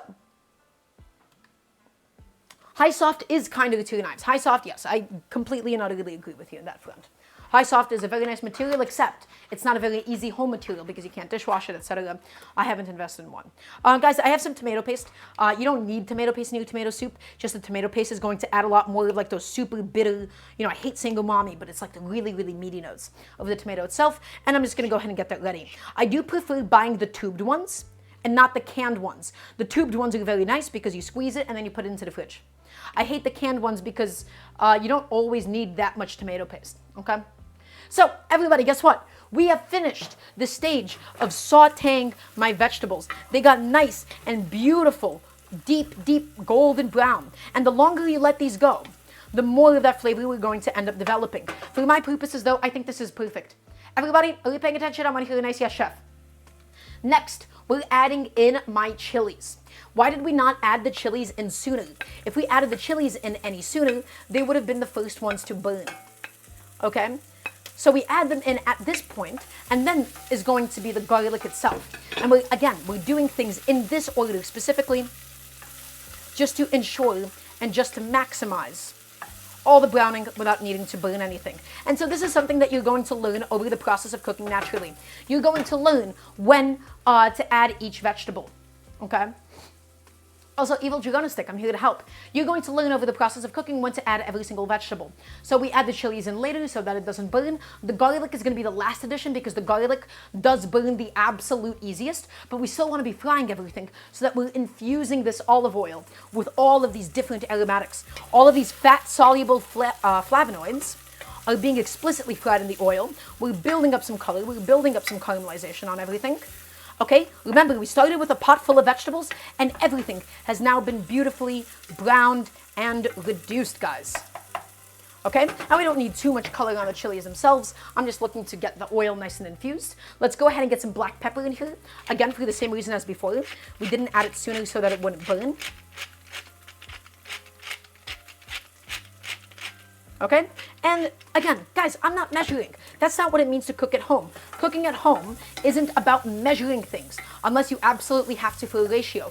Just go by vibe. It's black pepper. You don't have to overthink black pepper. Add as much or as little as you'd like. You can even add it at the end. It's just frying and toasting the black pepper itself is also really nice to do in the oil. Okay, guys, now this is the time to move fast. Everybody tap in. We're going to add the garlic, we're going to add the tomato paste, then we add the tomatoes. We do things in this order, okay? Because we also want to be able to fry the tomato paste, and then the tomatoes, they're super, super wet. They're going to be basically cooling down the pan and stopping everything from browning once again. So garlic goes in, and we're stirring this bad boy constantly. We're breaking this up. The garlic is the one that is the most easily susceptible to burning. Also, hi Natalie, it's lovely to have you. I missed you. Okay guys, we're taking all of the different vegetables, and we're breaking it up, we're breaking it up, we're breaking all of it up. There you go. Okay, and now we're getting ready with my tube of tomato paste. We make sure that it's ready to go when we need it. Okay, and same idea with the tomato paste, guys. I want to fry this a little bit. And I don't want too much tomato paste because we have all these lovely fresh tomatoes. So this tomato paste is purely to add in an additional level of oomph into the whole dish. Okay, so we take it and we smush it around and we're continuing to saute and we're continuing to fry We're getting everything nicely and beautifully caramelized. The garlic, the oil is combining with the tomato paste now. We're moving fast. We're not slowing down. We never back down. We never give up. And now, guys, let's go in with my charred tomatoes and give them a nice big smush. And these tomatoes, once they release their liquid, they're going to stop everything from browning any further. And that's why we add the tomatoes in last, okay? The tomatoes, they don't need additional browning. They're so wet that if we wanted to brown and saute the tomatoes, it would take a lifetime, okay? And even baking, by the way, there's a lot of room, there's a lot of variables that you can actually play around with, more than you would think, except for like leavening. Okay, guys, and that's it. That's all that we needed to do. Now, the pan might seem like it has a little bit of water in it, but it's not done quite yet. So here's what we need to do. Similar to what we did before, we need to go ahead and collapse. We need to collapse these tomatoes. So here's what we're going to do. We are going to grab a fitting lid, unless my lid is dirty and in the dishwasher. Okay, my one lid that actually fits this pot is not available to us in a moment. But all we want to do is to put a lid on it to collapse the tomatoes, because it's going to build up some steam that's then going to evenly cook the tomatoes through. Okay, so we're going to continue to draw out some of the liquid with the help of our trusty friend, Mr. Salt, for both the seasoning and then also his hydrophilic properties. Okay, and we're just going to stir everything and we're going to smush it all around. And guys, if you have like vegetable stock or something, if you have chicken stock as well, all of that would be really, really good. We're inevitably going to need some amount of liquid in this pot because a tomato soup is not supposed to be a tomato sauce. It's going to be thickened by the bread, but we don't want something to have the viscosity of a tomato sauce, okay? So into this pot, we're going to go ahead and do a nice glass of water. So I'm just going to do it from my drinking glass, and I think it'll be fine. Oh no, the cross-contamination. I don't care. I do not care. This is for myself. Right. So, gonna go ahead and give everything a nice big stir around. And guys, we can now go ahead and take this heat and we can crank it up to a medium. I'm just stirring everything to make sure nothing is stuck to the bottom, nothing is stuck to the sides. Okay, and we're just gonna go ahead and bring it up to a boil, drop it to a simmer, and get it cooking. Does anybody have any questions about this process so far? I'm gonna go ahead and get some more water for myself to make sure that I'm staying nicely and beautifully hydrated.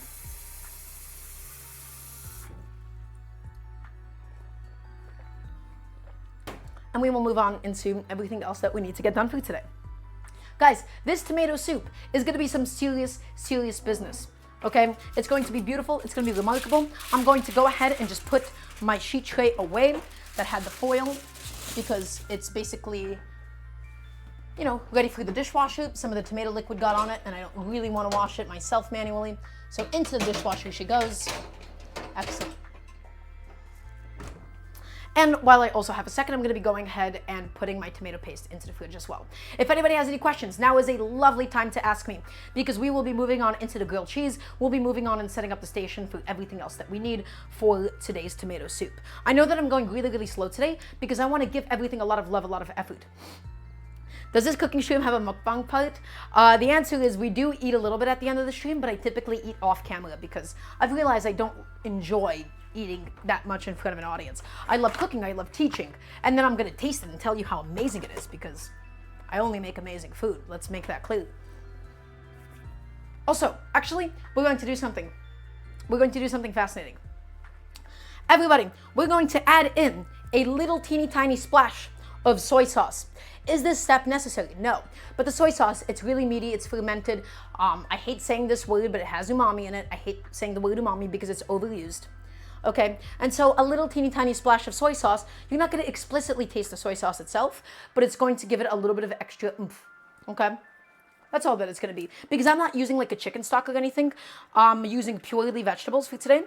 So I'm just going to get a little teeny, like the tiniest, world's tiniest splash of soy sauce. I don't want this to explicitly taste of soy sauce. I just want it to have, you know, its meatiness. And so let's go ahead and stir it in. And guys, you want to make sure that this is not on too high of a heat. Otherwise, with the viscosity of a tomato soup, it ends up splashing all over the place. Okay, so I'm going to go ahead and just stir and stir and stir this bad boy around. And guys, soon enough, we will have the most amazing, sorry to sound like Gordon Ramsay, that's what he says, the most incredible tomato, I don't know how to do British accent, tomato soup. Oh, I hate that guy. Hate him. Very few people I say that about, but that is somebody I despise. Okay, so guys, we're just stirring it around, and we're looking for this to be at the lightest simmer imaginable. Okay? Yes, and you can use Worcestershire sauce, absolutely. You can use Worcestershire sauce. You can use like a little splash of fish sauce or something if you would like. You don't even have to do this step at all. None of this is a recipe. I'm just showing you different things that I'm doing, and I'm explaining why I'm doing each thing. Theoretically, let me tell you something right now. Could you have taken a bunch of tomatoes, thrown them into a pot with your chopped up vegetables, throw them into a pot with a little bit of water and some salt, and blended it down? Yes. Would it have tasted good? Yes, but it would have lacked a little bit of depth. It's not going to have my fresh, raw cherry tomato flavor. It's not going to have my smoky flavor from charring the tomatoes. It's not going to have the sweet, roasted, robust flavor of the really properly browned aromatics. But will it still be good? It'll be good relative to your intentions. So you don't have to do everything that I'm doing here. You don't have to do anything at all. In fact, all I really want you to do is just to take inspiration and to understand the different techniques that I'm applying to my tomato soup and why I'm doing it. I'm looking for a meaty tomato soup. My dinner tonight is going to be my grilled cheese and tomato soup. This tomato soup is not just a side dish, it is the main component. It is the main star of tonight. So I want all of this different complexity. I want all of these different flavors. Okay? Can I please get a yes, chef? I want to make sure that everybody is listening. Cooking is only as good as the intentions with which it was made. You need to understand something. There is no right or wrong way to do a dish. There is only right or wrong based on the different intentions that you have applied to it. If I wanted a smoky tomato soup and I didn't char my tomatoes enough and I didn't get that smoky flavor, then I would consider this a failure because I didn't actually achieve the smoky flavor that I was looking for. If this is too acidic and I wanted a nice sweet tomato soup, then I would have failed. The food is only as good. You need to picture in your mind what you want to make. And so the best way to do this, this is about not just creativity, this is about experience. How do I know what I actually want to make? This comes from the different things that I've eaten in the past. I have a mental map, essentially, of all the different times that I've had tomato soup and the things that I've liked or that I've disliked about it. And so I think, what do I want to do with that? What do I want to recreate? What feeling am I going for out of this? And that's how I come up with, why am I doing the things that I do? I want to make sure that every single thing that I do when I cook, and again, you're not going to be able to do this from the beginning, but basically every single thing that I do when I cook is done so with intentionality. I'm not just doing something because that's the way it's done, okay? We don't do that here. We do things with intention and with love. Okay, because I want to have a perfectly intentional product at the end of the day. Intentionality is how you get good at any creative pursuit. Right? What is chef's opinion on gazpacho? Asks John Dahlia. Great question. My opinion on gazpacho, I think it's okay. I've never had a gazpacho that's really I've like fallen in love with. Because typically when I eat things that are like savory in a pureed form, because of the way that I grew up, I would expect them to be hot and not cold. If I ate it enough times and I could get over the fact that I'm eating a cold or chilled soup, then I would probably enjoy it more. But the only reason why I don't love gazpacho is because of my existing biases and my own existing conditioning, which people can be conditioned and people can be changed. So guys, we're going ahead and we're giving this a little stir because again, this is a tomato soup. When it gets super, super viscous and thick at the bottom, even if it looks wet, it can still stick and burn. So occasionally, we're just giving it a little stir. And now the goal is to soften the tomatoes, is to cook the tomatoes, and then we're going to be blending all of it down. We're not going to be adding in the bread immediately because it might make it a little too viscous when we're still in the evaporation stage. So let's talk about the other things that we need to go ahead and do. Again, let's do my bread rant while I have a moment. So guys, I have here some bread. This is what was sold in my local supermarket as a Belgian loaf.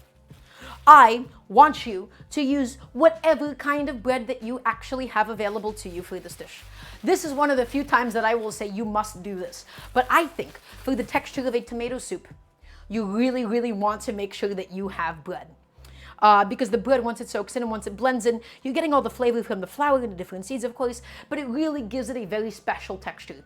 A texture that the regular pectins and the regular starches of the tomatoes and other vegetables, in my opinion, don't provide enough of. Okay, and so this is how I distinguish between a tomato sauce for a pasta versus a tomato soup. I know I keep going on about this. I apologize for being so repetitive, but it is something that I deem to be very, very important.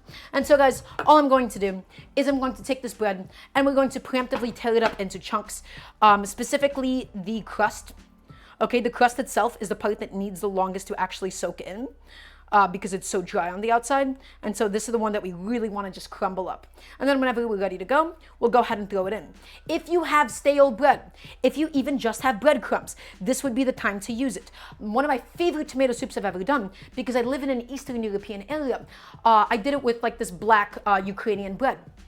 This black Ukrainian bread, this rye bread, it has like, I believe, a type of molasses in it. It's really nice and sweet. It has all these seeds on the outside. And that was one of the most flavorful tomato soups I've ever done. So you can use any kind of bread that you would like for this. Okay. So guys, I'm just taking it and I'm crumbling all of it up. Crumbling it up. Just getting it done. It doesn't have to be perfect. It's all going to soak in and blend in anyways. We're just doing this job ahead of time so that we don't have to do it later. Okay. Even a little treat, a little snack. Spongy. Okay, and then we'll get started on the prep that we actually need to do for the chorizo grilled cheese, that is. Okay, everybody, let's talk about grilled cheese really quickly. This is gonna be super, super important. I want you all to tap in. Is everybody listening?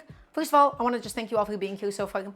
I want to thank you all for tuning in, supporting the stream, supporting the show. We do this every Wednesday, Friday, and Sunday, 5 p.m. ET. Okay. I want to make sure that you're all listening.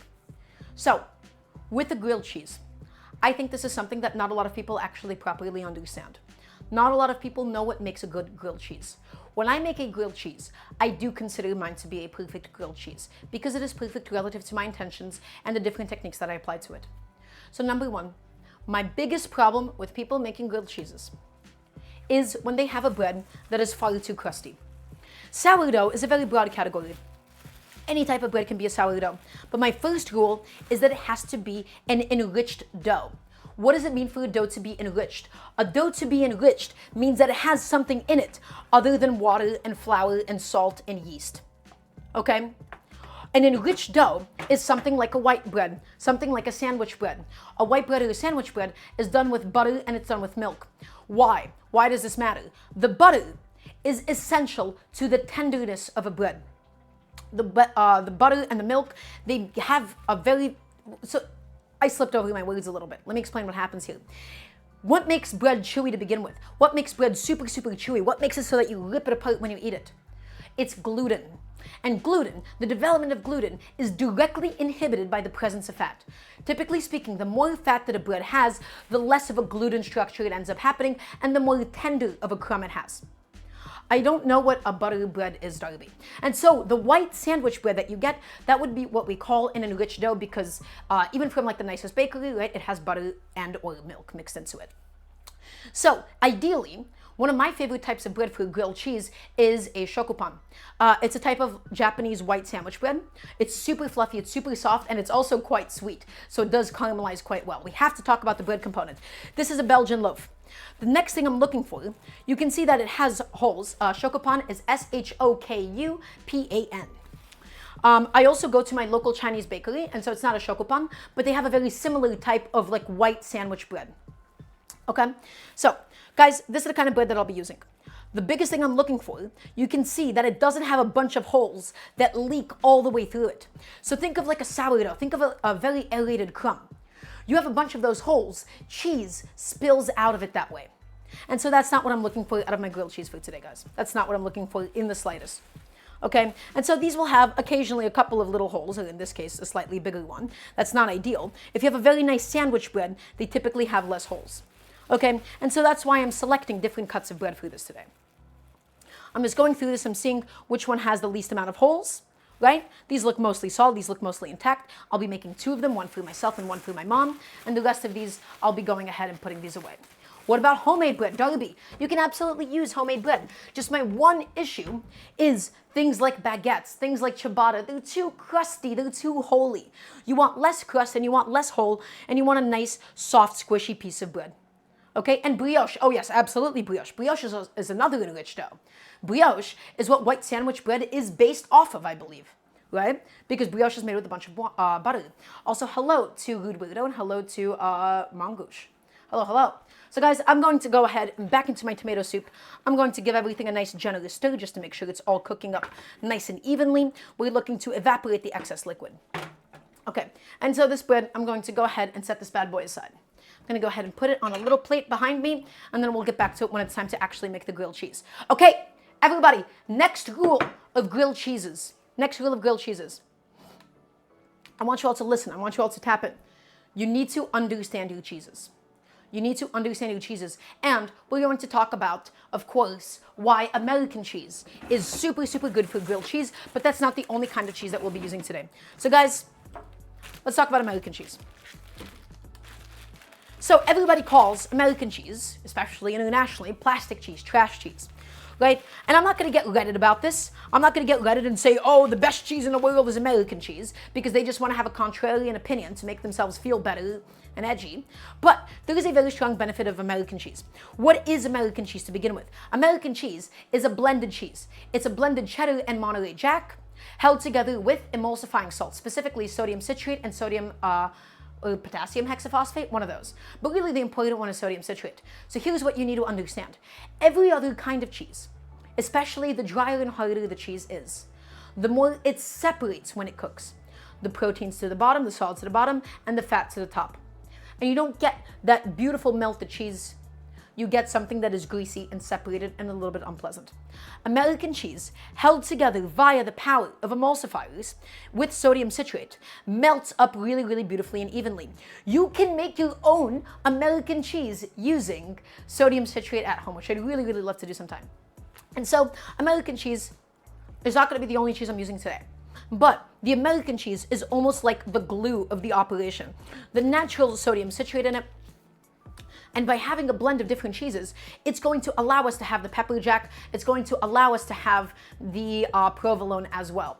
And provolone and pepperjack, they do melt quite well by themselves, but in the context of a beautiful American cheese, they're going to go ahead and stay nicely put together. And so guys, that's what we're looking for. We're looking for this variety of and mix of cheeses. I love having some American cheese. This is some deli sliced yellow American cheese. And I'll be going ahead and chilling it out. And then we'll be doing some provolone with it as well. We'll be doing some provolone and pepperjack. I really like pepperjack for the heat. I like provolone for its, stretchiness.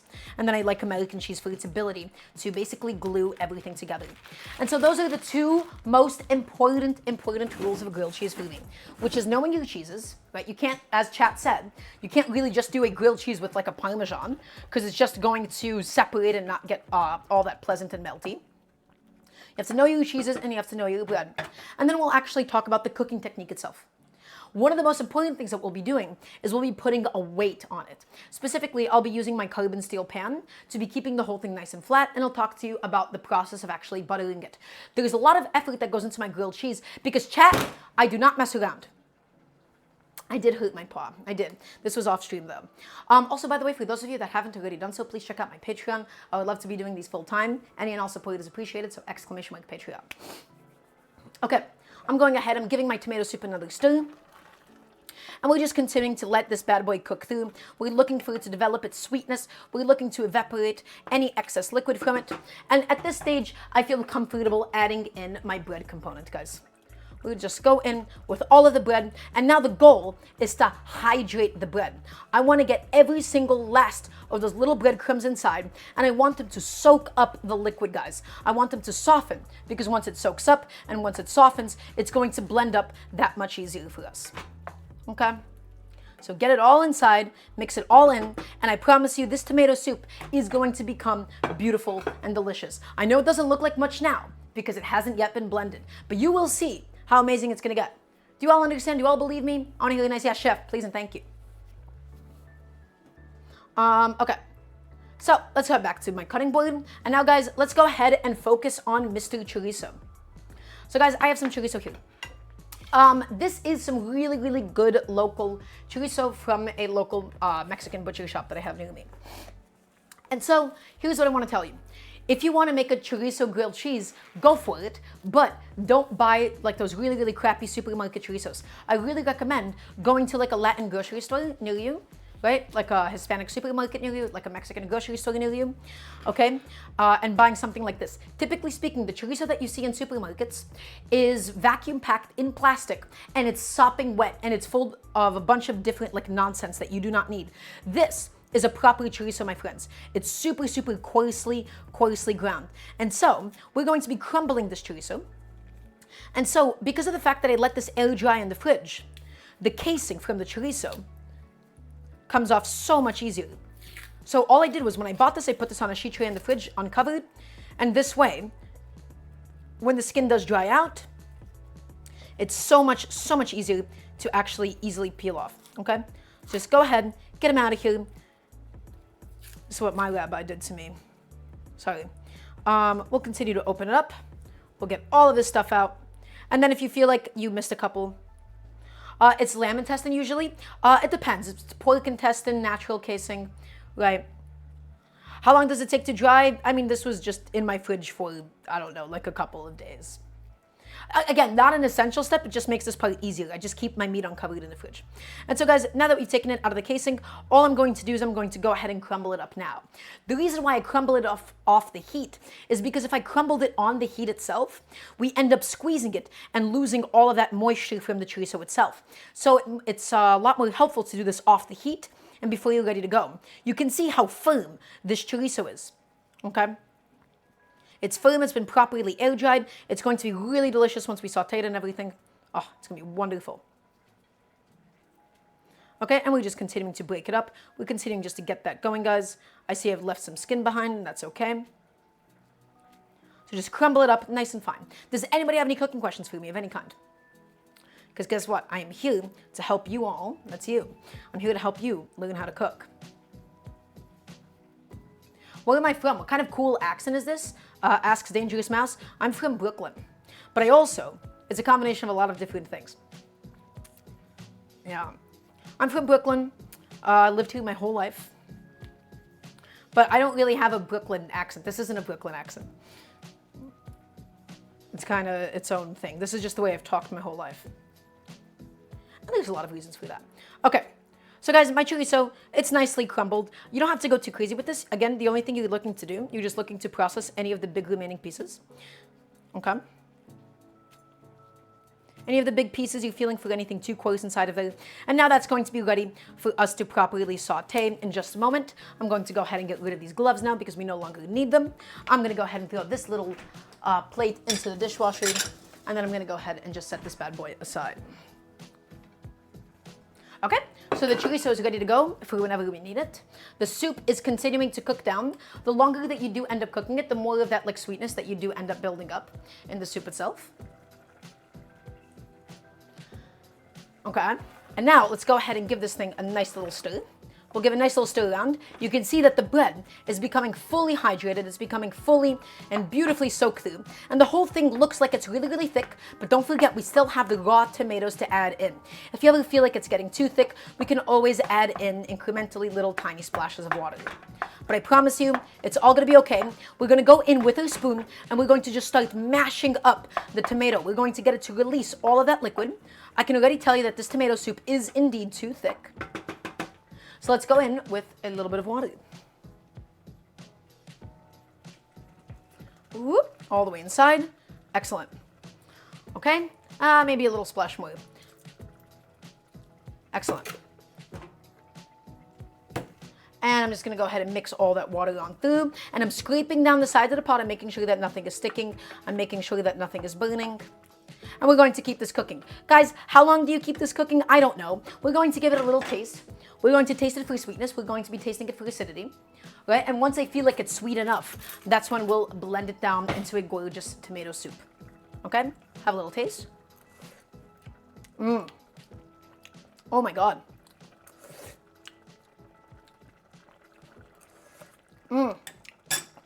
Guys, that already, at this point in the cooking process, has so much flavor. So what's in the soup, Darby Doll? Excellent question. So, we had a lovely variety of tomatoes. We had some big tomatoes, we had some plum tomatoes and vine tomatoes. We charred them under the broiler, got it nice and smoky. We properly caramelized carrots, onions, and celery in a bunch of olive oil. We added in some spicy chilies. We added in some garlic.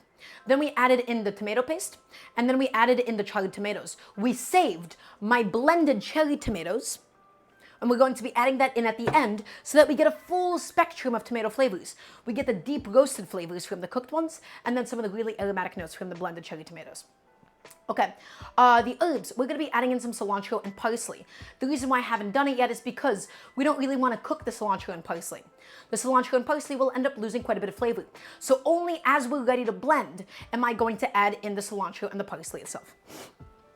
Not sure if I missed it, but would I use wine for a tomato soup? John Dahlia, I would use wine if I wanted some wine in a tomato soup. Absolutely I would. Why not? It's not tomato sauce. You can go ahead and go in with a nice glug of wine. Absolutely. It's going to taste like it has wine in it, but it's entirely up to you. How much garlic did I add? I used 4 to 5 cloves. Use as much or as little garlic as you like. It's difficult to have too much garlic when you're making this type of food.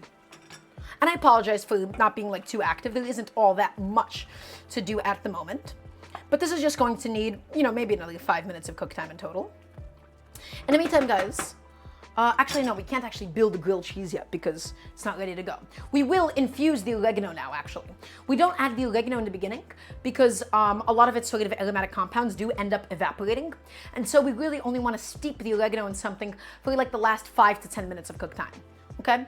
So what exactly does wine or beer add in a dish? Good question, Trash Can Cat Mom. Wine adds in the flavor of wine. When it's cooked down and it's reduced, it adds a syrupiness and it adds an acidity to something. I find that cooking with beer is actually a lot less significant. Yeah, I don't oftentimes cook with beer because I don't feel like it does all that much. The carbonation of it might be useful for specifically battering something. And the alcohol content is very nice for battering something as well because of the way that, when it heats up, it expands, right? And you get a much like crispier crust. But typically baking or boiling with beer, it's not all that useful, I think. Also, I'm glad to be entertaining Dangerous Mouse. I'm here to help. So guys, let's go in with a nice big pinch of oregano at this stage now because the oregano needs a little bit of time to steep. This is some really good quality Turkish oregano that I have here. How would I go about charring tomatoes without a gas stove? So, Simone, a couple things that I can say. Simon, excuse me. First of all, even if you have an electric stove, if you have an electric oven, your electric oven typically has a broiler element.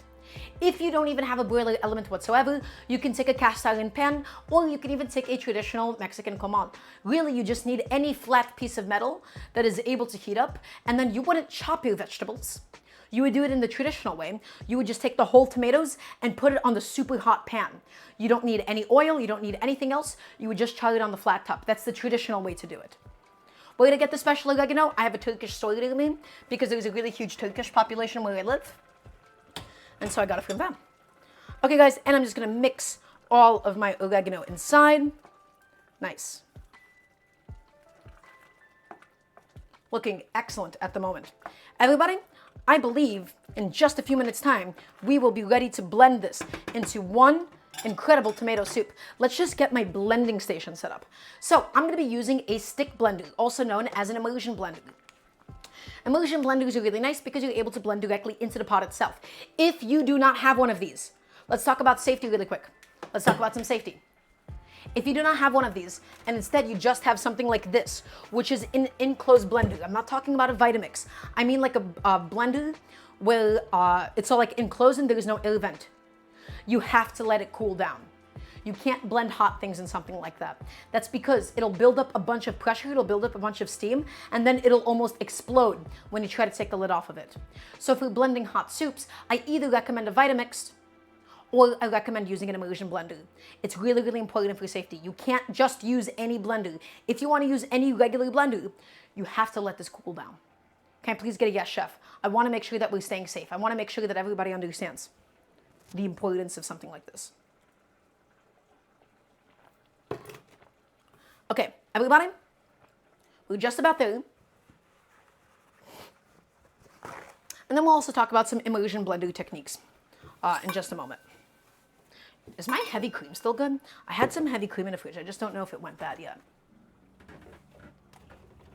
What's the expiration date on this? February 23rd. Uh-oh. Goodbye. You know what? I'll keep it in the fridge and throw it out later. I'm not going to forget about it. Okay. We don't need it. It's fine. Okay. Guys, I think the soup has cooked down enough. Let's go ahead and give that bad boy one more taste. Delicious.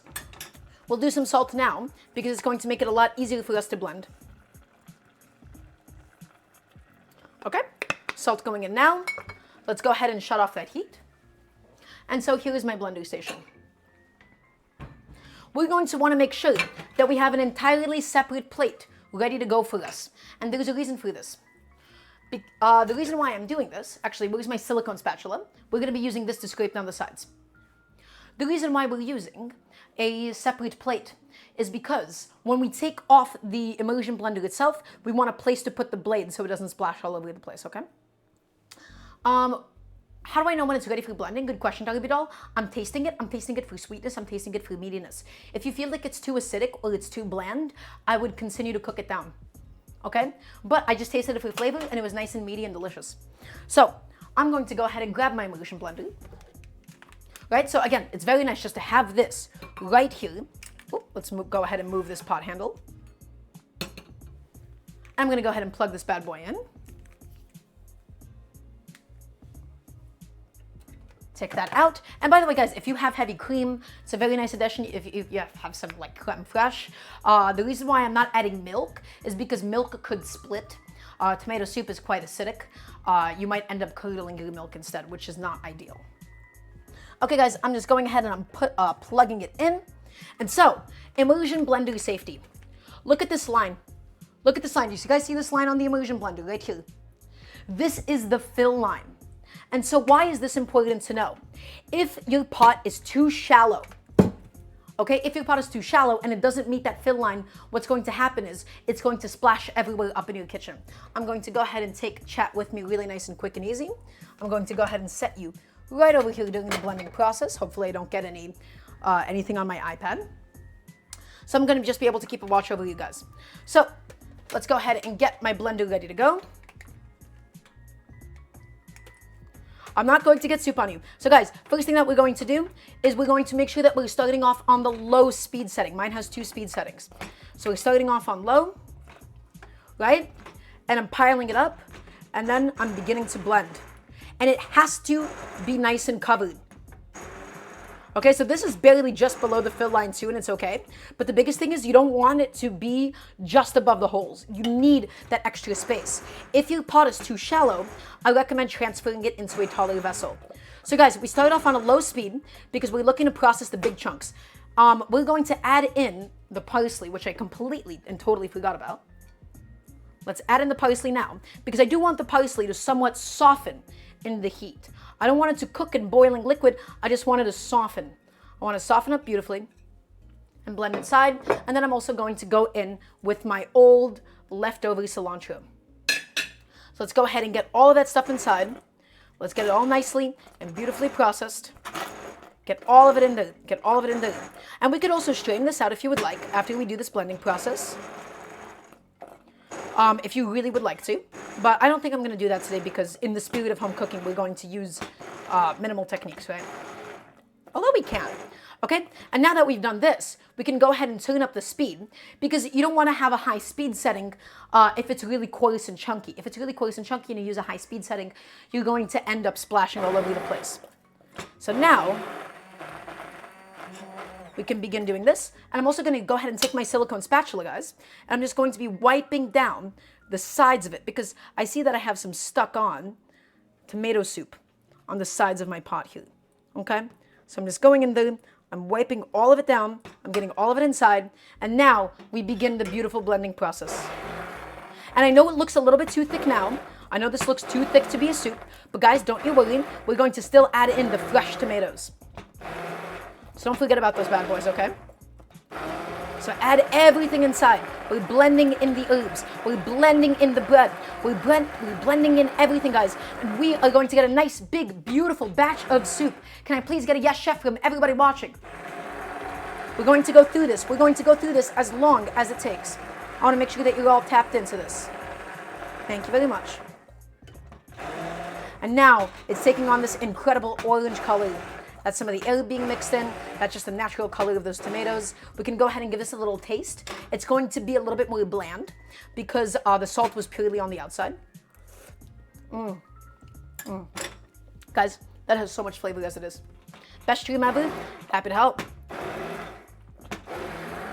That is already incredible. The texture, the viscosity, the flavor, everything is exactly what you want it to be.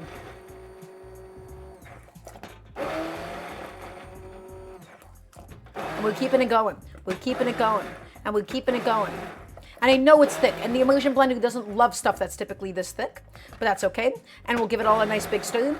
And this is all going to take a little bit of time. But it's still not done yet, everybody. It's still not done. We're not done. We're still going to add in all of those beautiful fresh tomatoes. Whoop. You see, I lifted it up too much and it ended up splashing.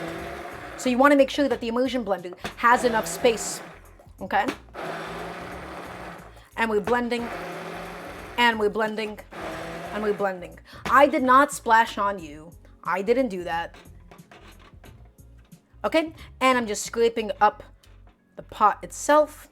We're just moving everything around. And guys, you can basically go as fine as you would like. If you have a Vitamix, that is one of the best tools for this. But an immersion blender, again, it's nice because we get to go ahead and do this directly in here. And the heat is not on.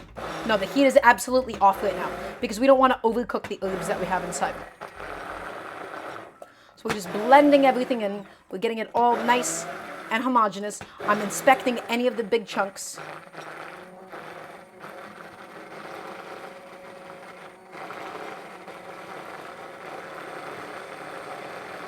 So we just leave it in long enough, and then it'll just naturally like begin building up its own little cyclone, but it's too thick for that to actually happen here. You know what? In fact, I do think if I add in my existing volume of already blended tomatoes, these bad boys, and again, we're not going to heat this again. This is not going to be cooked anymore. It's going to really help thin this whole thing out. Okay? So these are my fresh cherry tomatoes. That's going to add in so much beautiful flavor. Let's go ahead and mix it in. And I bet that this is going to really, really help with the texture of the soup in the blending process. We're getting all of it together, everybody.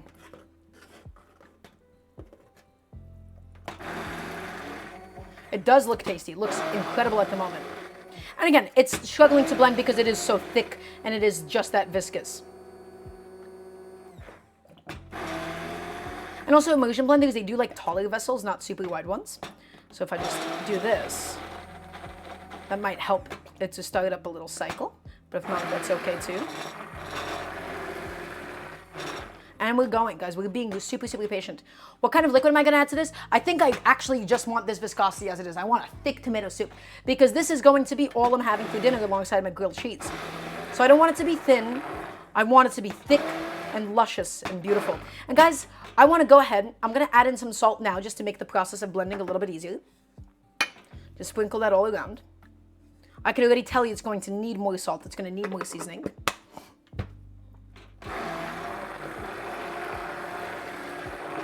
And we're going to keep blending. And you can basically go as long as you would like to. This is entirely and utterly up to you. So please be patient with me. Thank you for your patience. While we just get this step done, let's flip everything around. Let's move it around. There you go. There she is. Guys, this soup is coming together. Let's go ahead and give that thing another taste. I'm just curious how the taste is with the fresh tomatoes.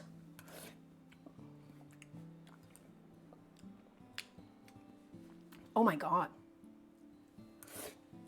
You have no idea the power that those fresh cherry tomatoes gave it.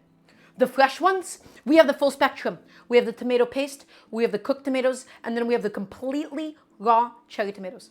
You have no idea the sheer depth of flavor that this has. The fresh tomatoes, they add all that was lost during the cooking process because you do lose a lot of the aroma, a lot of the acidity of the tomato itself. And those cherry tomatoes, they were so flavorful, guys. And now it's just being mixed on in. It's being mixed back into the soup. This is what I call a proper tomato soup. And let's keep it moving. Let's keep it all blending down into oblivion. And then we will be left with only the most incredible, the most luxurious tomato soup. And I'm not going to strain it. I'm not going to do any of that nonsense today, guys. I don't want to mess with that. It's too much effort for what it's worth. I don't want to push it out. I don't want to get another bowl duty. We're just going to keep it as is. Because I've realized straining things out until it's like perfectly smooth, it's not ideal for a home setting. That does create more dishes than I would like. So it's something that I've stopped doing lately. Unless I'm really trying to impress a beautiful woman that I have over or something, I will not be doing that. I do prefer the texture of it being completely and fully blended. But guys, we are still cooking at home. That's right, Natalie. This is the ideal partner of a grilled cheese.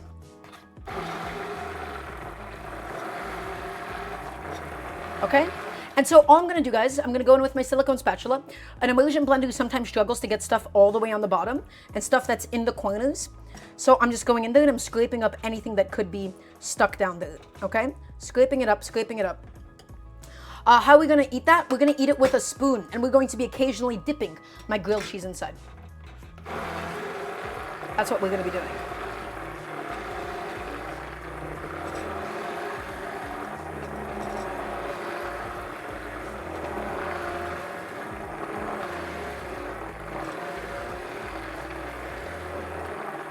Everybody, I think this is almost done.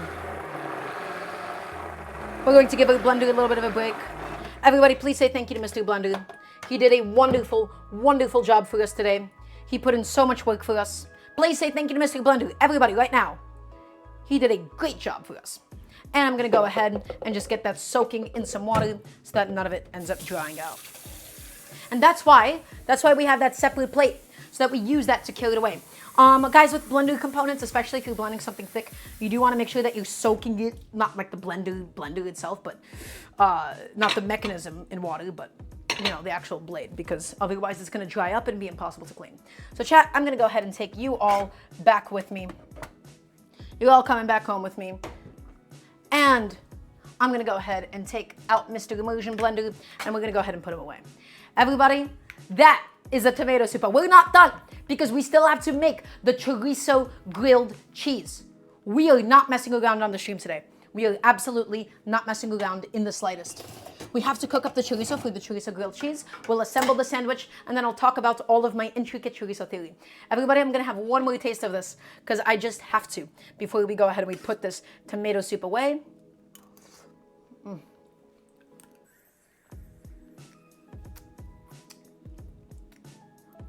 You have no idea. Guys, if there is any technique that I want you to take away from this, yes, I would love for you to char things, and I'd love for you to saute everything.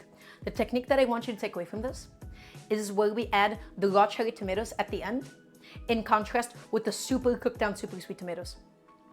The sheer flavor that you get is extraordinary. This is so tomatoey. It's so good. It's so good. It is so special. This tomato soup, guys, it is loaded. It is absolutely beautifully packed with all of that flavor. And so again, if we strained it out, we would get a much more silky, luxurious texture. But guess what? That's too much effort for your home setting for today. We still got one more thing to make. And that one more thing, everybody, is going to be my chorizo grilled cheese. So once again, let's go ahead and get a pan ready to go for us. I'm going to go ahead and get that heating up for us. That'll be a little too, I'd tone that down a little bit. I wouldn't say that, if that's chill. Okay. Everybody, let's go ahead and just fry up some chorizo. So, remember what I said about stainless steel pans. Don't forget about my stainless steel pans, okay? We're going to be heating this up on a nice medium heat. The chorizo is going to give us a lot of its own natural fat, but we're going to do a little drizzle of oil just to help it get started so it doesn't stick in the beginning. Some people say that you can do like a cold cooking process. I don't entirely agree with it. I think the chorizo sticks. The goal is for us not to just render the fat. We want actually a properly brown chorizo.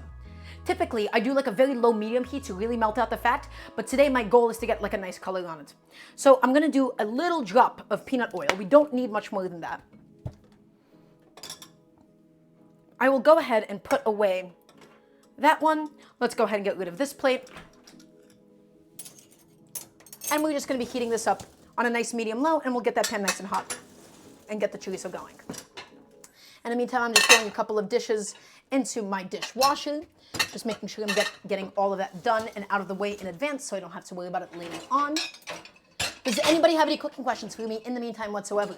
Because guess what? I'm here to help you learn what it means to cook at home. That is the entire goal of the stream. Right? And so we're going to just saute the chorizo. We're just going to get it cooked through, and then we're going to be building and assembling a beautiful sandwich. And I'll talk to you all about my theory of how to make said sandwich. Let's get my sandwich building station, though, set up. That's what I do want to do in the meantime. Let's get my sandwich building station. So let's head over here. And the cheeses. Let's talk about my cheeses one more time, everybody. I have 3 cheeses. Well, actually, I'm considering not using the provolone. I'm only going to do the 2 cheeses. The provolone, I don't have it anymore sliced. I only have it in as a block.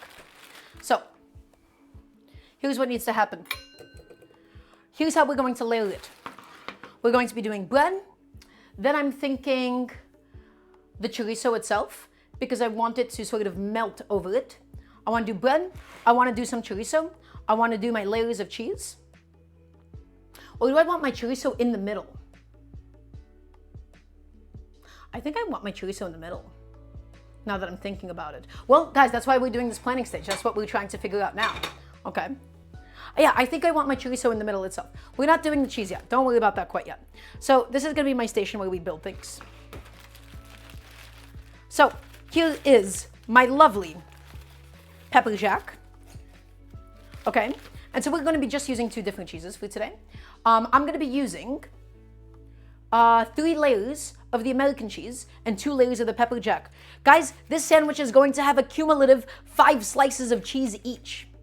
Is that a lot of cheese? It's going to be a lot of cheese. But guess what? That's all we're having for dinner. So that is the way it was intended. A cumulative 5 slices of cheese per sandwich. It's going to be a lot of cheese. Okay, so this is my pepperjack. Pepperjack, this is a really, really spicy one with habanero. It's really nice. It's really delicious. And I'm going to go ahead and tuck that away.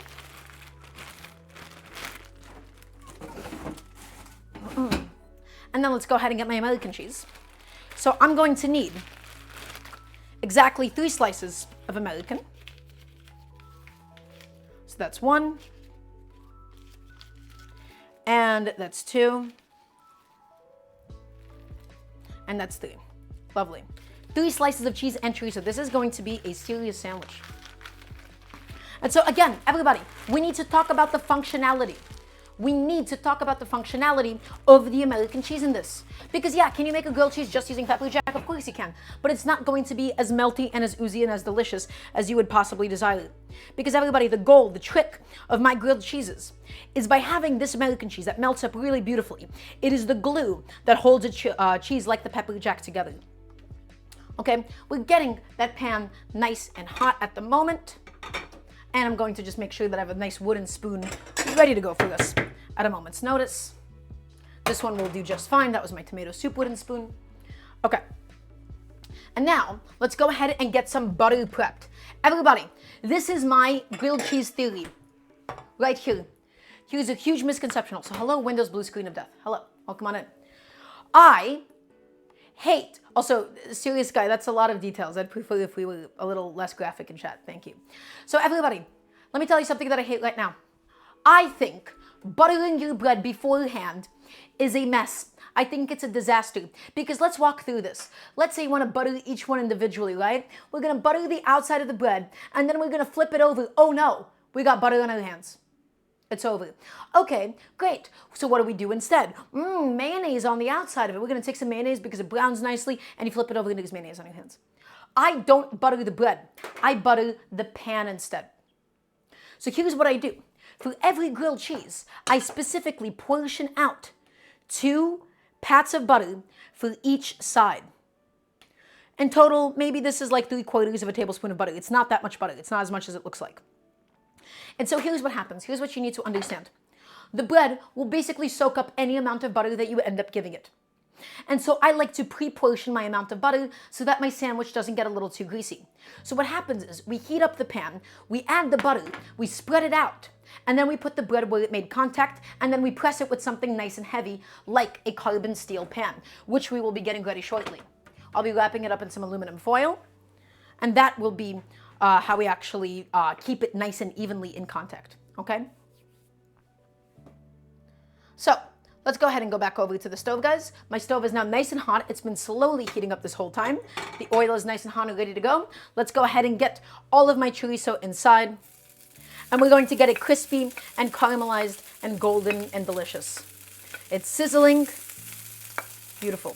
We don't need to season it, guys. This is just a really good quality local chorizo. And so, don't touch it. It's going to stick immediately. Don't touch it. Give it a few seconds. Give it at least like 45 seconds before you decide to stir it. And the reason we crumbled it up beforehand, guys, here's what you need to understand. Everybody tap in. Everybody listen. You need to think about meat as if it were a sponge. You need to think about meat as though it were a sponge. What do I mean by this? When you heat it, you're contracting the proteins, you're denaturing them, and they're squeezing out moisture. Okay? That's what happens when you cook meat. You're essentially squeezing the proteins and it's expelling a little bit of moisture. By crumbling it beforehand and making sure we're mechanically processing it beforehand, we're making sure that we're not squeezing out any more moisture than it has to. If we squeeze out the moisture and try to crumble it in this hot pan, what's going to end up happening is we're going to release a bunch of liquid and we're not going to get properly browned and sauteed chorizo. So it needs a little bit of time to naturally release from the pan itself, and then it's going to get nice and brown. I'm not crumbling this. I'm only sauteing this and stirring this. I want big chunks of chorizo inside of my grilled cheese. And now, guys, we just let it naturally unstick itself. So this is why you do it this way. This is why we crumbled it in advance before we actually put it onto the pan. This is what I consider the optimal method. Okay? So I'm going to get some foil ready. This is going to be for my carbon steel, which is going to function as my weight. I really want to buy some chef weights, but they were sold out last time I checked. Okay? And I'm just going to go ahead and grab my nice, trusty, heavy carbon steel, which is, you know, a little too heavy if we're being honest, but it's okay. It'll do just fine for today. And I'm just wrapping up the bottom of it in foil so I don't have to wash it after or anything. Lovely. And so, guys, the meat has now naturally unsticked itself yet again. So all I'm going to do is I'm going to go back inside and I'm going to go ahead and stir it up. And guys, because of the fact that we pre-crumbled it, this doesn't need that much more cook time. And take a look. The chorizo has gotten properly brown. How many times have you tried to brown ground meat and just ended up boiling in all of its own liquid? We didn't crumble it. We didn't squish it on the pan itself. We did all of that stuff in advance, everybody. And that's exactly why. Right? So I'm continuing to foil up my carbon steel pan. It's going to get one more layer of foil. Again, I really would love to get some chef weights at some point, but that will be for another day and not today. Okay, my weight is all ready to go. Very nice. And that will be used in just a moment. And everybody, the chorizo, that's all of the cooking that it actually needed. And we have all of that beautiful chorizo fat that we could have used, but I don't actually need this chorizo fat right now. Everybody, we're going to go ahead and we're going to take this off the heat. It's fine for us to have some of the chorizo fat itself, but I'm going to be using a slotted spoon to keep as much of it in the pan as possible. We don't want it to burn, we don't want it to scorch, so we just took it off the heat. And now we're getting all of these delicious crumbles of chorizo. Everybody, again, I don't want to overcook this chorizo. I don't want it to be dry for this grilled cheese, okay? I just had some leftover chorizo, and I wanted to use it up before it went bad. There you go. And we want some of the fat.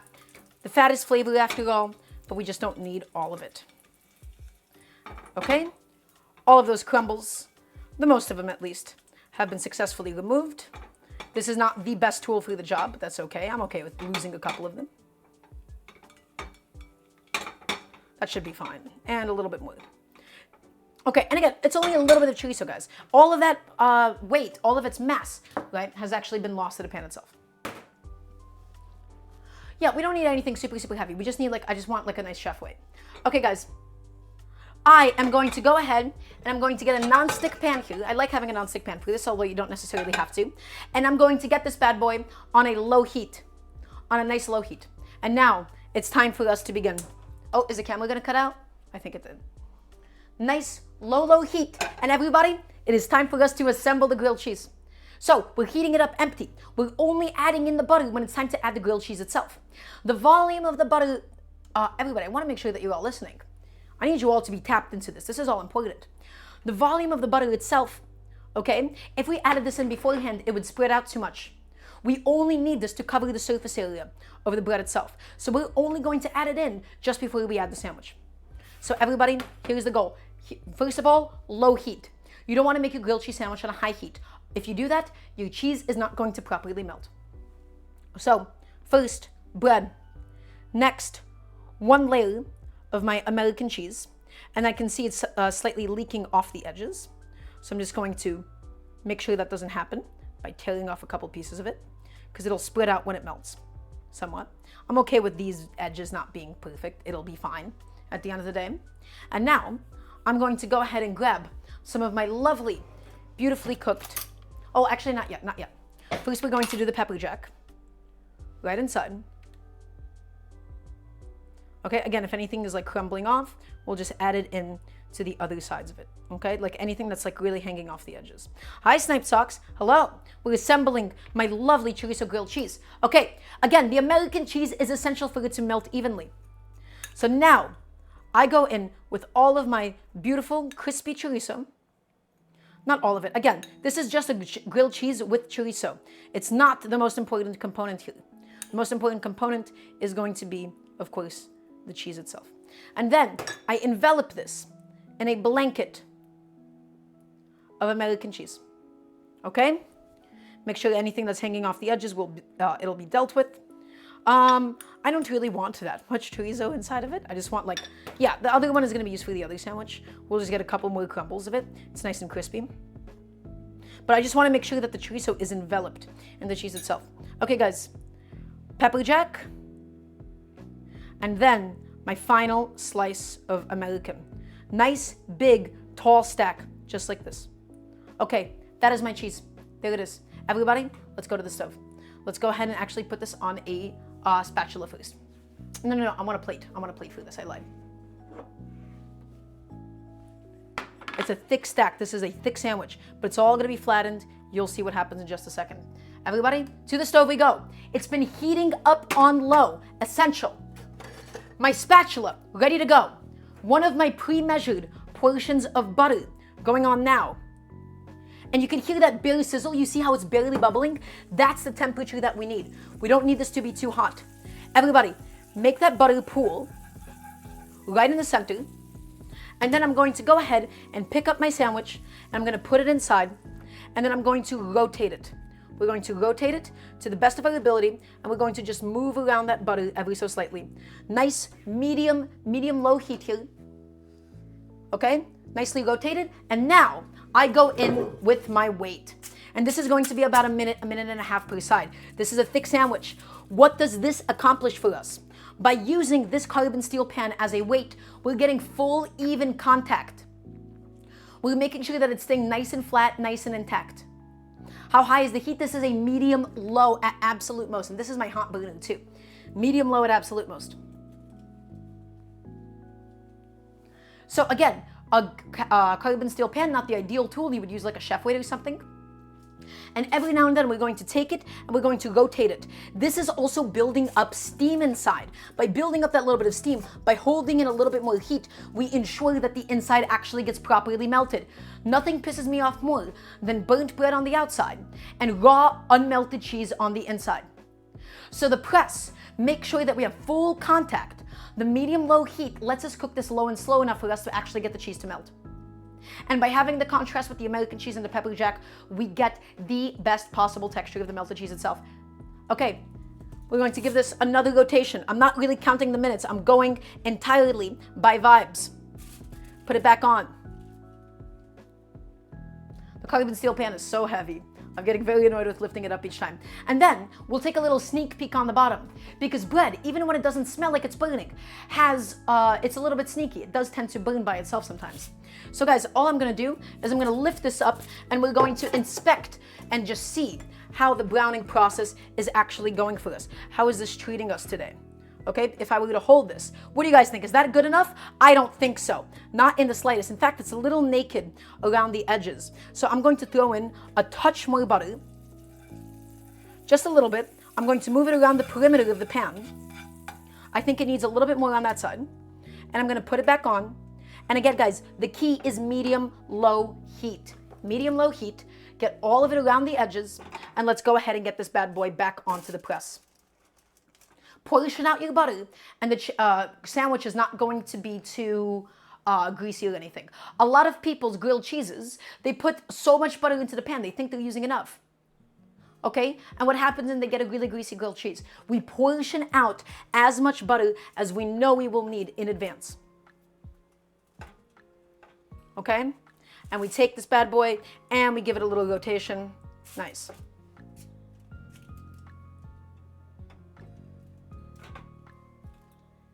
Nice little press, keeping it nice and flat. I'm just gonna wipe off my carbon steel because I didn't want to touch the inside of it.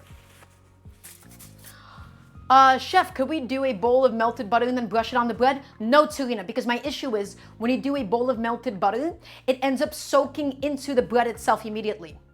When you do a bowl of melted butter, it soaks into the bread and it doesn't stay on the outside. We don't need the butter to permeate it, so we do it purely on the pan itself. This has been a technique I found to get the most even brush of butter. And also, as soon as you brush it, that first side, it soaks up all the butter immediately. So I find that my method is a lot better. Like, theoretically, yes, you can. You're not going to die for it. It's just suboptimal. So if it's a matter of can, you can. Is it optimal? No. Okay, chat, let's go take a look. Let's see how this is going. I think that's a lot better. I think I can push this a little bit longer. So the perimeter of this, it's kind of hard to get because, again, I didn't have like a very good weight and I didn't press all the butter on it. But I think that looks pretty good. I want to do a little bit longer on this side still. Just a minute, maybe 30 seconds longer. And we're rotating it to make sure that it's evenly coming into contact. I know this is a lot of effort. I know how much effort this is, trust me. But it's all going to be worth it. Can I please get a yes, chef? Please and thank you. Okay, I think that should be good now. Everybody, we are now going to lift up this bad boy and we're going to flip it onto this separate plate that we've set aside. Gorgeous. And I'm actually going to want a little bit more butter than I originally had put away. So where is my butter? Is it already out? I've lost my butter. Chat? I have found it. Okay, we're going to do a touch more. Again, medium-low heat. We're keeping it very gentle here. Okay, let's go ahead and just get the rest of this butter on. Ooh, it's already like softened just by being here because of how warm the stove itself is. That's obnoxious. I don't love this. Okay, I'm going to go ahead and get some fresh butter. Just a little tiny slab right into the center. And then we're going to move it along the perimeter of the pan, guys. And again, the bread is effectively going to soak all of this up. So that's why we pre-portion it. So spread it around. Make sure that it covers the entire surface area that your sandwich will be covering. Okay, let's flip it on. And let's make sure that all of it is in nice, even contact. Okay? And now, back on we go with the press, everybody. Back with the press, back with the squish. It's time. Nice and even. Let's get that sandwich done. Everybody, you're going to see how good this grilled cheese looks. You will see. Is everybody ready for this grilled cheese? I'm going to cook a nice yes, chef. Please and thank you. I don't think you all understand how serious I am. And typically, by the way, your pan does get a little bit hotter between the first cheese and the last cheese. So I do recommend quite heavily to inspect this one a little bit faster. Right, so we're just going to pick it up and we're going to give it a little rotation. Give it a rotation, put it back on. Beautiful. Guys, we're going to have the best grilled cheese. It's going to be incredible. This is going to be a life-changing one. It has the chorizo. It has the blend of cheeses on the inside. It's going to be perfect. Hello, Chief. Welcome on in. Okay, again, we're just letting that press. We're letting that go. I'm going to go ahead and I'm going to pick it up. And now I'm going to once again just inspect the bottom. Okay? I can tell you right now that the bottom, I looked at it, is a little bit too pale still. We don't want it like that. We want it nice and deeply caramelized, guys. And so back on we go with the press. Let's adjust the pans. There you go. Get it all going. That's the beauty of pressing it, guys. By pressing it, we ensure nice, even contact with the pan. It compresses everything. It gets us that beautiful sandwich that we're looking for. Oof. Let's go ahead and get some water in me. I'm a little dehydrated.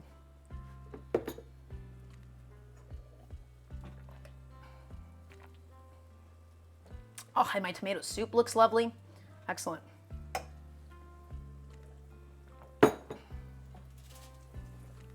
Okay, and let's go ahead and give this bad boy a little flip. And you can see how flat it became through all of that compression.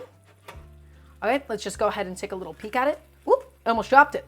That is not enough color at all. So back on she goes. We want to keep on developing color, everybody.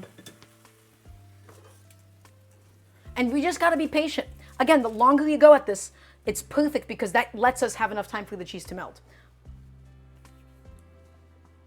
So, a little bit more patience is going to go a long way. I apologize for how long this has taken. Chef, have I ever considered opening my own kitchen, restaurant, stall, etc.? So, doll, yes, but I have a really huge ethical dilemma here, and I'm going to explain to you why, and I'm going to explain to you why I also hate pop-up restaurants. I'm going to take this as a time to do so, and I'm going to go on a bit of a rant. Is everybody listening? Is everybody ready for this rant? Okay. I think most restaurants exist purely out of a selfish capitalistic reason. It is typically because people think, A, I want to open up a restaurant and pursue my dreams, which is fine. And then people also think, okay, I'm going to do this, I'm going to get invested, and I'm going to be able to make money from this. I think most restaurants do not actually service the common man. They don't actually do what they need to do, which is to feed people. They service an industry. They service an industry and they exist for either selfish creative reasons or they exist for selfish capitalist reasons, as in to make money. The kind of food that I would want to make, I would want it to be sold and for it to be accessible by all at any price point. I wanted something that people, if anything I would ever have, I would have something cafeteria style. What I've always wanted to do was to have as ethically of a sourced restaurant as possible, as ethically paid wages as humanly possible, but to be able to compensate for that additional funding, I would either do crowdfunding. Ooh, all my cheese leaked out. Excuse me, I have to focus on this. Or I would have a sister fine dining restaurant that literally takes away money from the rich. So guys, I'm going to just quickly peel off. I think I gave this thing a little bit too much pressing. The crispy cheese can sometimes be okay, but I don't really want it to be like this, like burnt on. This is what happens when I go on too much of a communist rant. I do apologize sincerely. Let's just go ahead and get this bad boy off the heat now. Everybody, my grilled cheese is ready to go. So I'm going to show you all this. I want to show you all this bad boy. So we'll get back to my rant in just a second. So this will just shave off ever so slightly. Guys, it happens. It happens sometimes. Such is life. This, I'm just going to go in here and we're going to just shave it off the best that we possibly can. Oh, this guy is stuck on. He doesn't want to get shaven off, does he? You know what? No harm, no foul. Flip it over. Now you don't see it. Perfect. Okay, everybody, I want you all to be ready for this. This is my perfect grilled cheese. Okay? We're going to take it. And this is why you don't want things all the way to the edge. We have to do a diagonal cut. It is imperative that this is a diagonal cut. Okay? I do not take square cuts in my household because the pointy bits are always the best. And then, hold on, we're not ready yet. We're going to just do this and we're going to get it closed. And then you're going to see the stretch because it's not as stretchy and as melty immediately. You'll see what happens. In the meantime, you'll see the cheese pull in just a second. Just give it a sec, let it sit for a moment. I promise you, you will see said cheese pull. Let's go ahead and just start plating everything up that we need for today, guys. I'm going to go ahead and get my plate. I'm going to go ahead and get my nice little sandwich ready. And then you will see the cheese pull of your dreams. I'm going to go ahead and get rid of this. We no longer need my cutting board, guys. I'm just going to quickly also wipe off my station. And now, I'm also going to do a nice, healthy ladle of my tomato soup. I'm gonna grab my bowl. I'm just gonna mix this in really quickly, guys. Just 1 second, please and thank you. This is a very thick, very, very viscous, rich tomato soup today. Okay? And I'm gonna go ahead and get some of my lovely tomato soup. Super thick, but that's what I was going for today. And then hopefully, I didn't get any cheese pull. It's over, guys. Reddit has officially exploded. But if we do squish it a little bit, you can see all of it. I bet if I twirl this in half, we would be able to get a little bit more of a respectable pull out of this. A little something, but nothing too crazy. And there will be no garnishes. But that, everybody, is my chorizo grilled cheese. These lovely crumbles of chorizo inside, packed in with pepperjack, with American cheese, and then we have this incredible, luscious bowl of tomato soup. Oh my God. That is so good. Everybody. Oh my goodness. Let's walk through everything that we've made today. Let's talk about my tomato soup really quickly. This tomato soup has so much effort. Tomatoes 2 ways. We charred some tomatoes. We cooked them down with some caramelized onions, carrots, and celery. We added in a bunch of chilies. We added in a bunch of garlic. We added in tomato paste, a splash of soy sauce, cooked it down in liquid, added the tomatoes, blended them in, and added the raw cherry tomatoes in at the end for that extra bit of aromatic quality. Chorizo grilled cheese, done properly, done beautifully. Just break it apart, get a nice little bite out of it. Let's go ahead and dip it inside with the pepperjack, with the American cheese.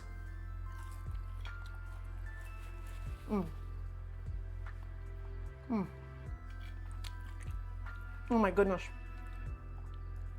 That is perfect. That is so good.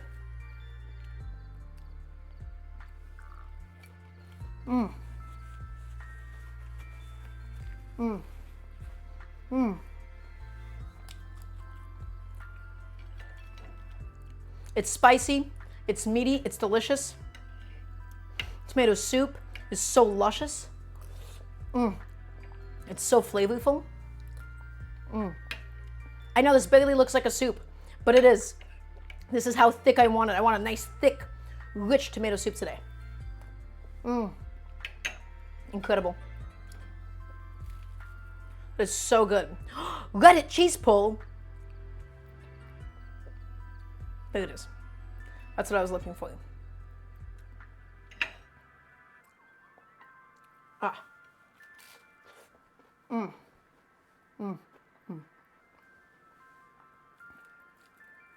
Yeah, that's good.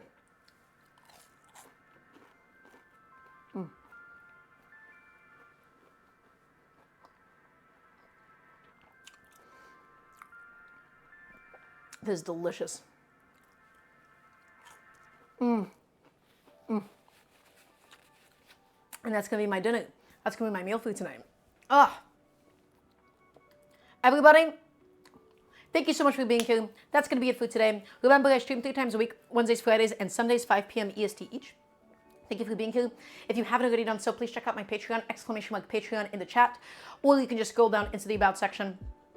And help would be appreciated. I'd love to be able to do this full time. I want to be here to teach you all how to cook. I'm going to see you this Sunday, 5 p.m. EST. Today was Friday, if you're watching this live. This Sunday, 5 p.m. ET. Thank you all for being here. Join my Discord if you haven't already done so, !Discord as well, if you want to just be a part of the community.